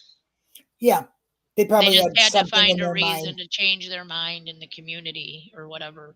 Because, and you kind of see that with it's not just that person. There was other people in the community that were total truthers, or, you know, they totally believed they were innocent. And then the one chat with Ken Kratz or one chat with Convicting, and they've spun they've read things supposedly, but I had one word from one man or, you know, one entity, and bam, Well, then They they're are on usually the Gilter train. they're the sheep and not It the just path seems it makers. seems like they were always there and they were just spying until Right. time came for them not to be a spy anymore, and for the person that's going to be on convicting who insists they were not shown in the trailer and that it would be some big surprise. We Ha! kind I of outed already that big surprise. we feel we know who that person is I now. got that picture of that person on one of my But yeah, videos. it's crazy to think that, you know, these people, some of these people you talk to for years and they become well known in the thing, and then you find out that they're nothing but a guilter, and they Well, they're probably were the easily, whole time. but see that's what I'm trying to say. I'm trying to say that They put on a good in show true to crime, you have distract. 3 categories. You have people who are wanting to learn. You have people who are deep diving into facts, and you have people who do nothing but jump down rabbit holes and think conspiracy. It's all good. Shove I'm shit not down saying your it's throat and bad, attack when you don't believe it. but you don't need to. That's it. You don't need to attack somebody else. Move along. Your choice is to not believe that person, then move along kindly, be an adult, and go find your crowd. Okay, because we have ours, you have yours. I'm not saying separation to me is not good. I believe we all should work together, but you all have to be on the same path at the same goal. Okay, and we want truth. But So, what's wrong with you know, having like an honest, this book club over here reading the same book that these book like clubs the are, and they're Bible, working together in their way and we're working together in their way, just because we don't, you know, not everybody gets along in general. So well, you know what, as long Jinx, as we I come agree. together in one place, show that support in the end, like at a Yes, rally or something, then what does it matter that if I don't sit and listen to everything that you have to say, and everyone this one has to say, and everything this person has to say, and because we're not if I robots. sat and had to listen to every single person's theory every day, I would have no time to research my own theories. Well, let's put it this way. I don't agree with So everything. why can't you just be okay with, you know, we're all in this community, Yep. but I work better in this little group of people rather than in that group of people. I'm just going to continue doing my thing. Why can't that be a thing? It should be. Okay, that's what I'm trying to say. There should be a mutual respect for everybody if you're really looking for the same thing. Okay, if you don't get along with somebody, rather than saying something nasty, just move along to your group that you do have good conversation, debating, and your minds meet. Okay, Right. because there's no use in this back and forth, back and forth. I'm not going to change your mind. You're not going to change mine. Okay, unless you show me documentation. I'm not jumping down rabbit holes. I did that for the first 2 years. I'm not doing that no more. Okay, I decided that paperwork and legal was my thing. I want to know the legal because that's the only thing that's going to get him out. Okay, that's my view. True. All right, and I get along with everybody. I don't have to agree with you. We can get along fine. I can be just as respectful to you as I am to Jinx or Alice or Becca or anybody, people I see here in my home. You know what I mean? You don't have to agree, but you can be respectful and adult. Okay, be an adult. You're not, this is not a prize winning contest. You don't have to be number one. And if you think that people are holding back your research, I'm sorry. The only one holding back your research is you. Yeah. That's my off the soapbox now. Okay. I just want to make sure that people understand that it's, you know, I mean, how many times do we have to say it? You know what I mean? I'm You okay don't, with blocking people. if I'm you sorry, don't but like if my they channel, don't get along with me and they want to attack my if my you think I'm a being, then I bitch just block and them. I'm dumb and I'm everything I say is a bunch of crap, then don't come around. That's fine. Yeah, I I'm a don't cunt cake, have so to. just go away. Yeah, you know, cunt cakes with sprinkles and frosting. Yeah, Mhm. goodbye. You know, I mean, seriously, you don't have to. You're all you're doing is wasting your research time and my brain cells. Yeah. Okay, because we're just not gonna, I'm done hearing that I am stopping people's research, because let me tell you something, Hell, I and gave this I somebody will the say goes affidavit directly that to Stephen Courtney Avery wrote Skinner. today. Please Okay. listen, Courtney Skinner. My email is history, spelled like history, speaks just like speaks, the number 2 and the word me at Gmail. You want to contact me? That's how you contact me, because I've tried to contact you and I do not want to hear videos of me saying that I am not letting your research or I am unwilling to work with you. Because if you remember, Courtney, I was on the team with Allie who was going to look at your stuff and we didn't do it fast enough for you. But we didn't have anything. We didn't know what to do. You said you have all this stuff and you need somebody to help you with it. I have a bunch of great researchers that I talk to that would be more than willing to look at the stuff. But you don't have to do personal attacks, tell people to kill themselves, go on rants on YouTube and speak badly of them when you are, first of all, speaking badly with no grounds. Okay. That's you're just straight up being rude without even reaching out. So I don't want to hear that no more. Well, You I'm got being my accused of email, all kind of rewind stuff it by her and listen too, to it so. again like I did yours, because I tried to email you 3 times and yes, I have receipts. Yes, I have receipts. Yeah. As far as Courtney's concerned, I don't really give a crap about that woman. She is attacking me now about Ricky Hochstetler stuff because Hey, listen, it's not going into the group like she wants to, and I'm sorry. I am the controller of the group, the Yeah, sole you have controller so of much a power. group. I even created a Reddit for Ricky Hochstetler and won't let her in that one either, which Really? I do not Reddit. Yeah, we all know that. I don't Reddit. I do read Reddit. I don't actually participate in commenting usually. I was banned off of Reddit very early on for Me posting too. a phone record that was not supposed to be there. So Yeah. I don't do that. As for the Facebook group, I am not the creator of that group. I didn't create it. I simply help out the creator to let people in, Jinx, give up your basically. And powers. so for you to make these accusations against me and then they're not true, it makes you less credible, right? Right. Just like your theory, like that's why you don't like me, right? Because your theory about the tavern party in Milwaukee, I find faulty, and I find that the people you think these people are can be proven not to be these people. So therefore, I am attacking you again, as you say, when really I'm not attacking you. I am seeing it for what it is, and it is not only an opinion, it is fact that for instance, Ken Kratz was only 20 years old when Yep. those parties were happening and he was in college. He wasn't a fat, And Sherry mustached Culhane was not man. even in And Sherry Wisconsin. Culhane wasn't even in She was Wisconsin. still She in was in school. Louisiana and Mississippi doing her schooling and her first job.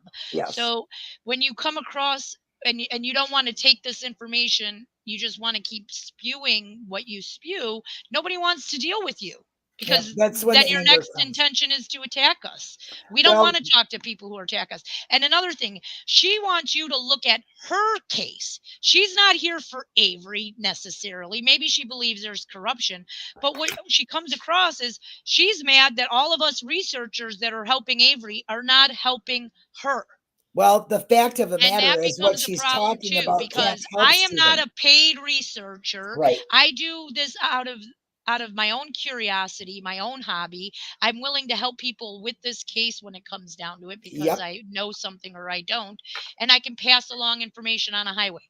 So, you want me to take on your case, you can start talking dollars because I Okay, don't well, to me, it's like you're not here for the right reasons. You're here to get free help on your case and you're and that's going about it fine. all wrong. That is But she fine. goes about it all wrong. Right, exactly. But what I'm going to say is what they are talking about has nothing to do with Stephen's and Brendan's case It at doesn't help all. them whatsoever. It really At doesn't. all. Nothing. It shows corruption in Wisconsin.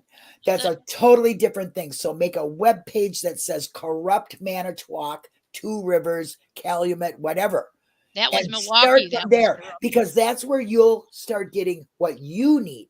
Because over here, we're trying to fight a wrongful conviction that everything you're saying has nothing to do with it. I don't care if Chuck dated so and so. I don't care if Barb went to school with so and so. I don't care if Scott was friends with so and so, that does not make them guilty of putting them in prison. Okay, what put them in prison is the corrupt cops you are talking about. Okay, so back off the people, back off the researchers that are trying to do something in a wrongful conviction, and go to the group and make a group for your own, which is corruption in Wisconsin. Yeah, but going on a channel though, Linda, and bad mouthing other Yep. people, Yep. it's not going to get you anywhere. Nope. That's right. You know what Let's I mean? put it this Nobody's way, going to Alice. want to help you.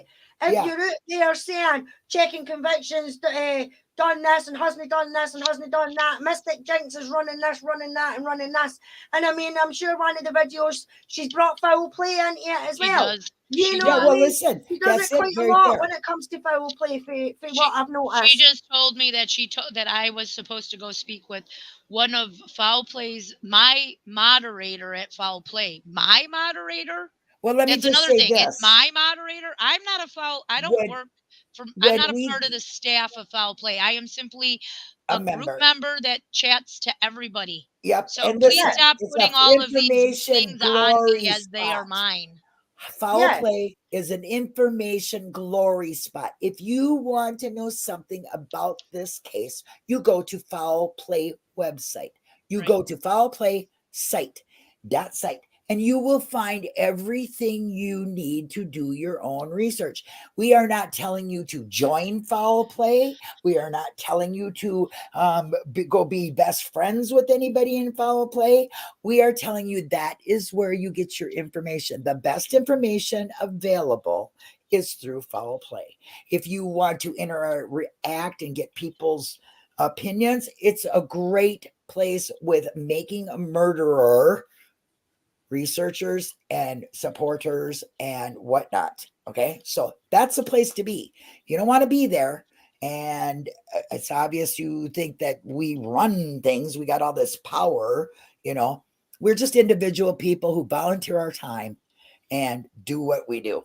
Yeah, Okay. but as I says, there's no point in going on a channel and bad mouthing everybody else, because they're not going to want to help you. And they say that they've got all this proof and everything like that, but they're not prepared to share it.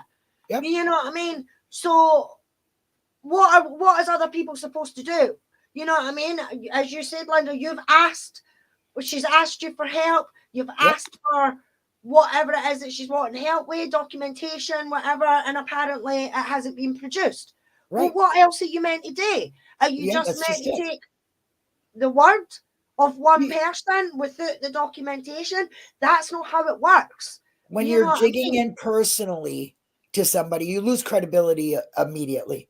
Who cares what that person does on their spare time? They're volunteers in a group that wants to seek the truth. Who gives a shit what they do? Okay, if they are not being disrespectful like they are, and they're just giving you information and they're showing you documentation, and you cannot get that through your head that is factual, then you just need to move along. Just move along. It's Yeah. simple. You're an adult. You've been doing it all your life. You don't have to be best friends with anybody to be No. respectful and have a conversation. And there's nothing wrong with saying to whoever you want to share the information That's with. right. You But know, please but respect this me is too, what that if I don't want to have a conversation with you, that I have that Exactly. choice to deny that conversation with you. Exactly. And It's an yeah, you adult you don't get the right choice. to fucking treat me like shit because I don't feel the need to have a conversation about your case or And your it's hard. interests or anything. You can't not defend yourself when somebody is attacking you. It's a normal human thing. Okay, so I get that. But if you would just make the decision when you are talking to somebody that, okay, I guess we don't see eye to eye, and you don't even have to say anything, just don't conversate with that person again. but Don't it's personally attack them. Don't tell them to kill themselves. Don't tell them their research sucks. Don't tell them they're holding back your research. Don't tell them they belong to a cult. Don't tell them they have the keys to the guys getting out, because it's not true. yeah, exactly. But I mean, it's not just that, right? If they want the help, right?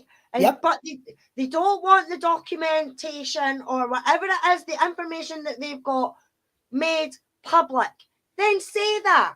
Have the Then what are you looking conversation with for, whoever right? you want to help with, like yourself, Linda. If they were to come to you and say, "Look, Linda, I've got these documentations and things like that, but I don't want them made public right now," you can have a look at them privately. I'm and give already your doing that opinion. right now. And then say, "Well, look, I don't really have a clue about this, or this, but there is somebody that I know.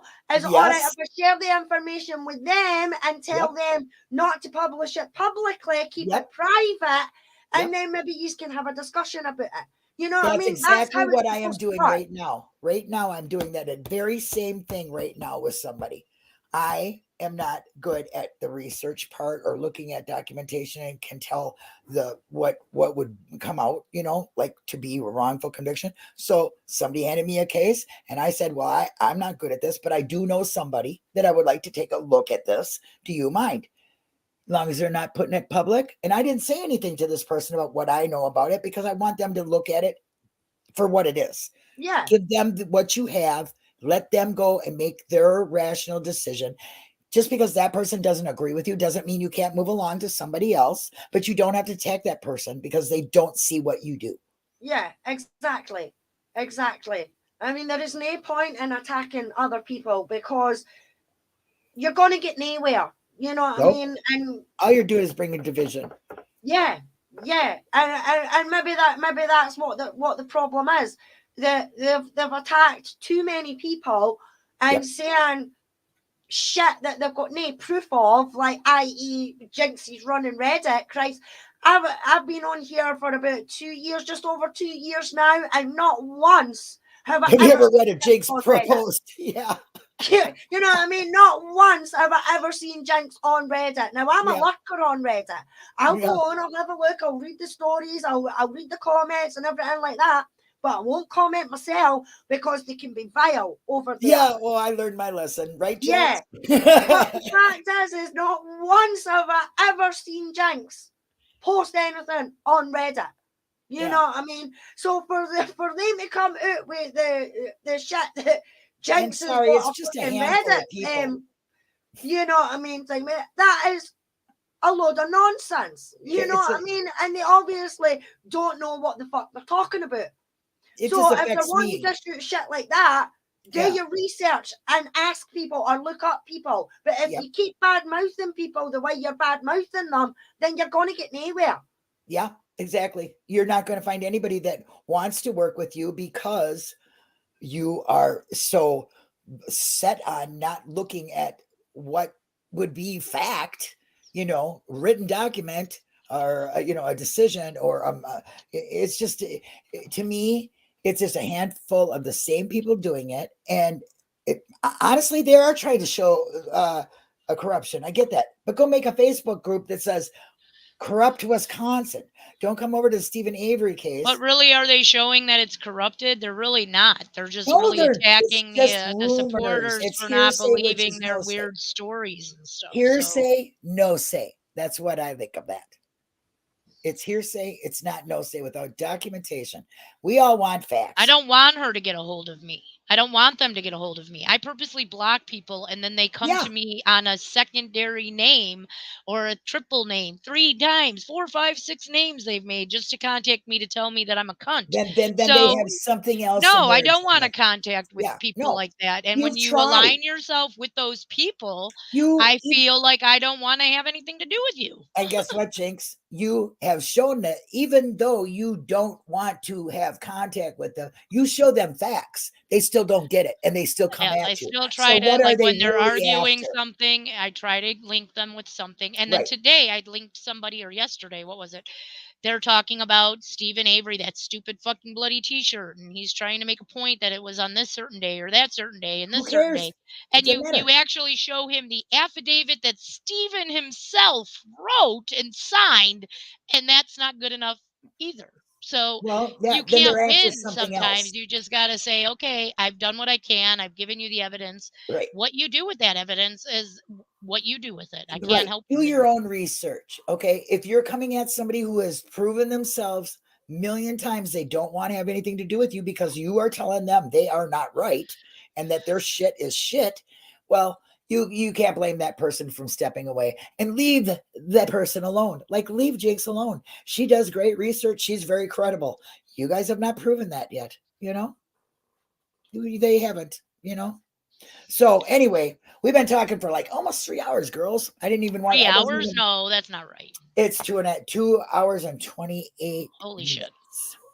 With you, we can always just sit and have a chat, can't we? Yeah. Well, I wasn't even going to come on today because my guest was had to work, but Yeah. I'm glad I did, because we really did talk a lot about the things that have been bothering us, and tried to get out some facts again, and tried to show people that, look, you can work great together, okay? Or you can choose to not. It's an adult choice. If you're 10 years old and you're in this, well, I think you're a little too young, okay? But if you're an adult and you're acting like you're 10, you need some help. My opinion. Any last words, ladies? Before I play my cool exits? No. I think I said enough. I think we both have for tonight. Yep. I would like to thank thank my Uncle Ken on Saturday with Foul Play at 9 p.m. UK time, and then open mic on Sunday, hopefully, if Jax is feeling better. I know he was had a stomach bug or something like that, so hopefully he's feeling better, and we'll have open mic on Sunday on Foul Play at 9 p.m. UK time. And Brendan Talks. Oh, and Brendan in Talks the morning. Yeah, that's tomorrow, isn't it? What we on? Thursday? Yeah, Thursday. So tomorrow, Brendan Talks. Yeah, but no, the O'Kelly. O'Kelly's Sunday. Oh, too. yeah, that's Sunday as well. That's Sunday in Sunday the morning. 6 o'clock UK Good for time. you, yeah. Yeah, Exactly. 6 p.m. for us in the UK. Right. O'Kelly 12 for us. interview with Brendan Talks with the lovely Becca and Linda.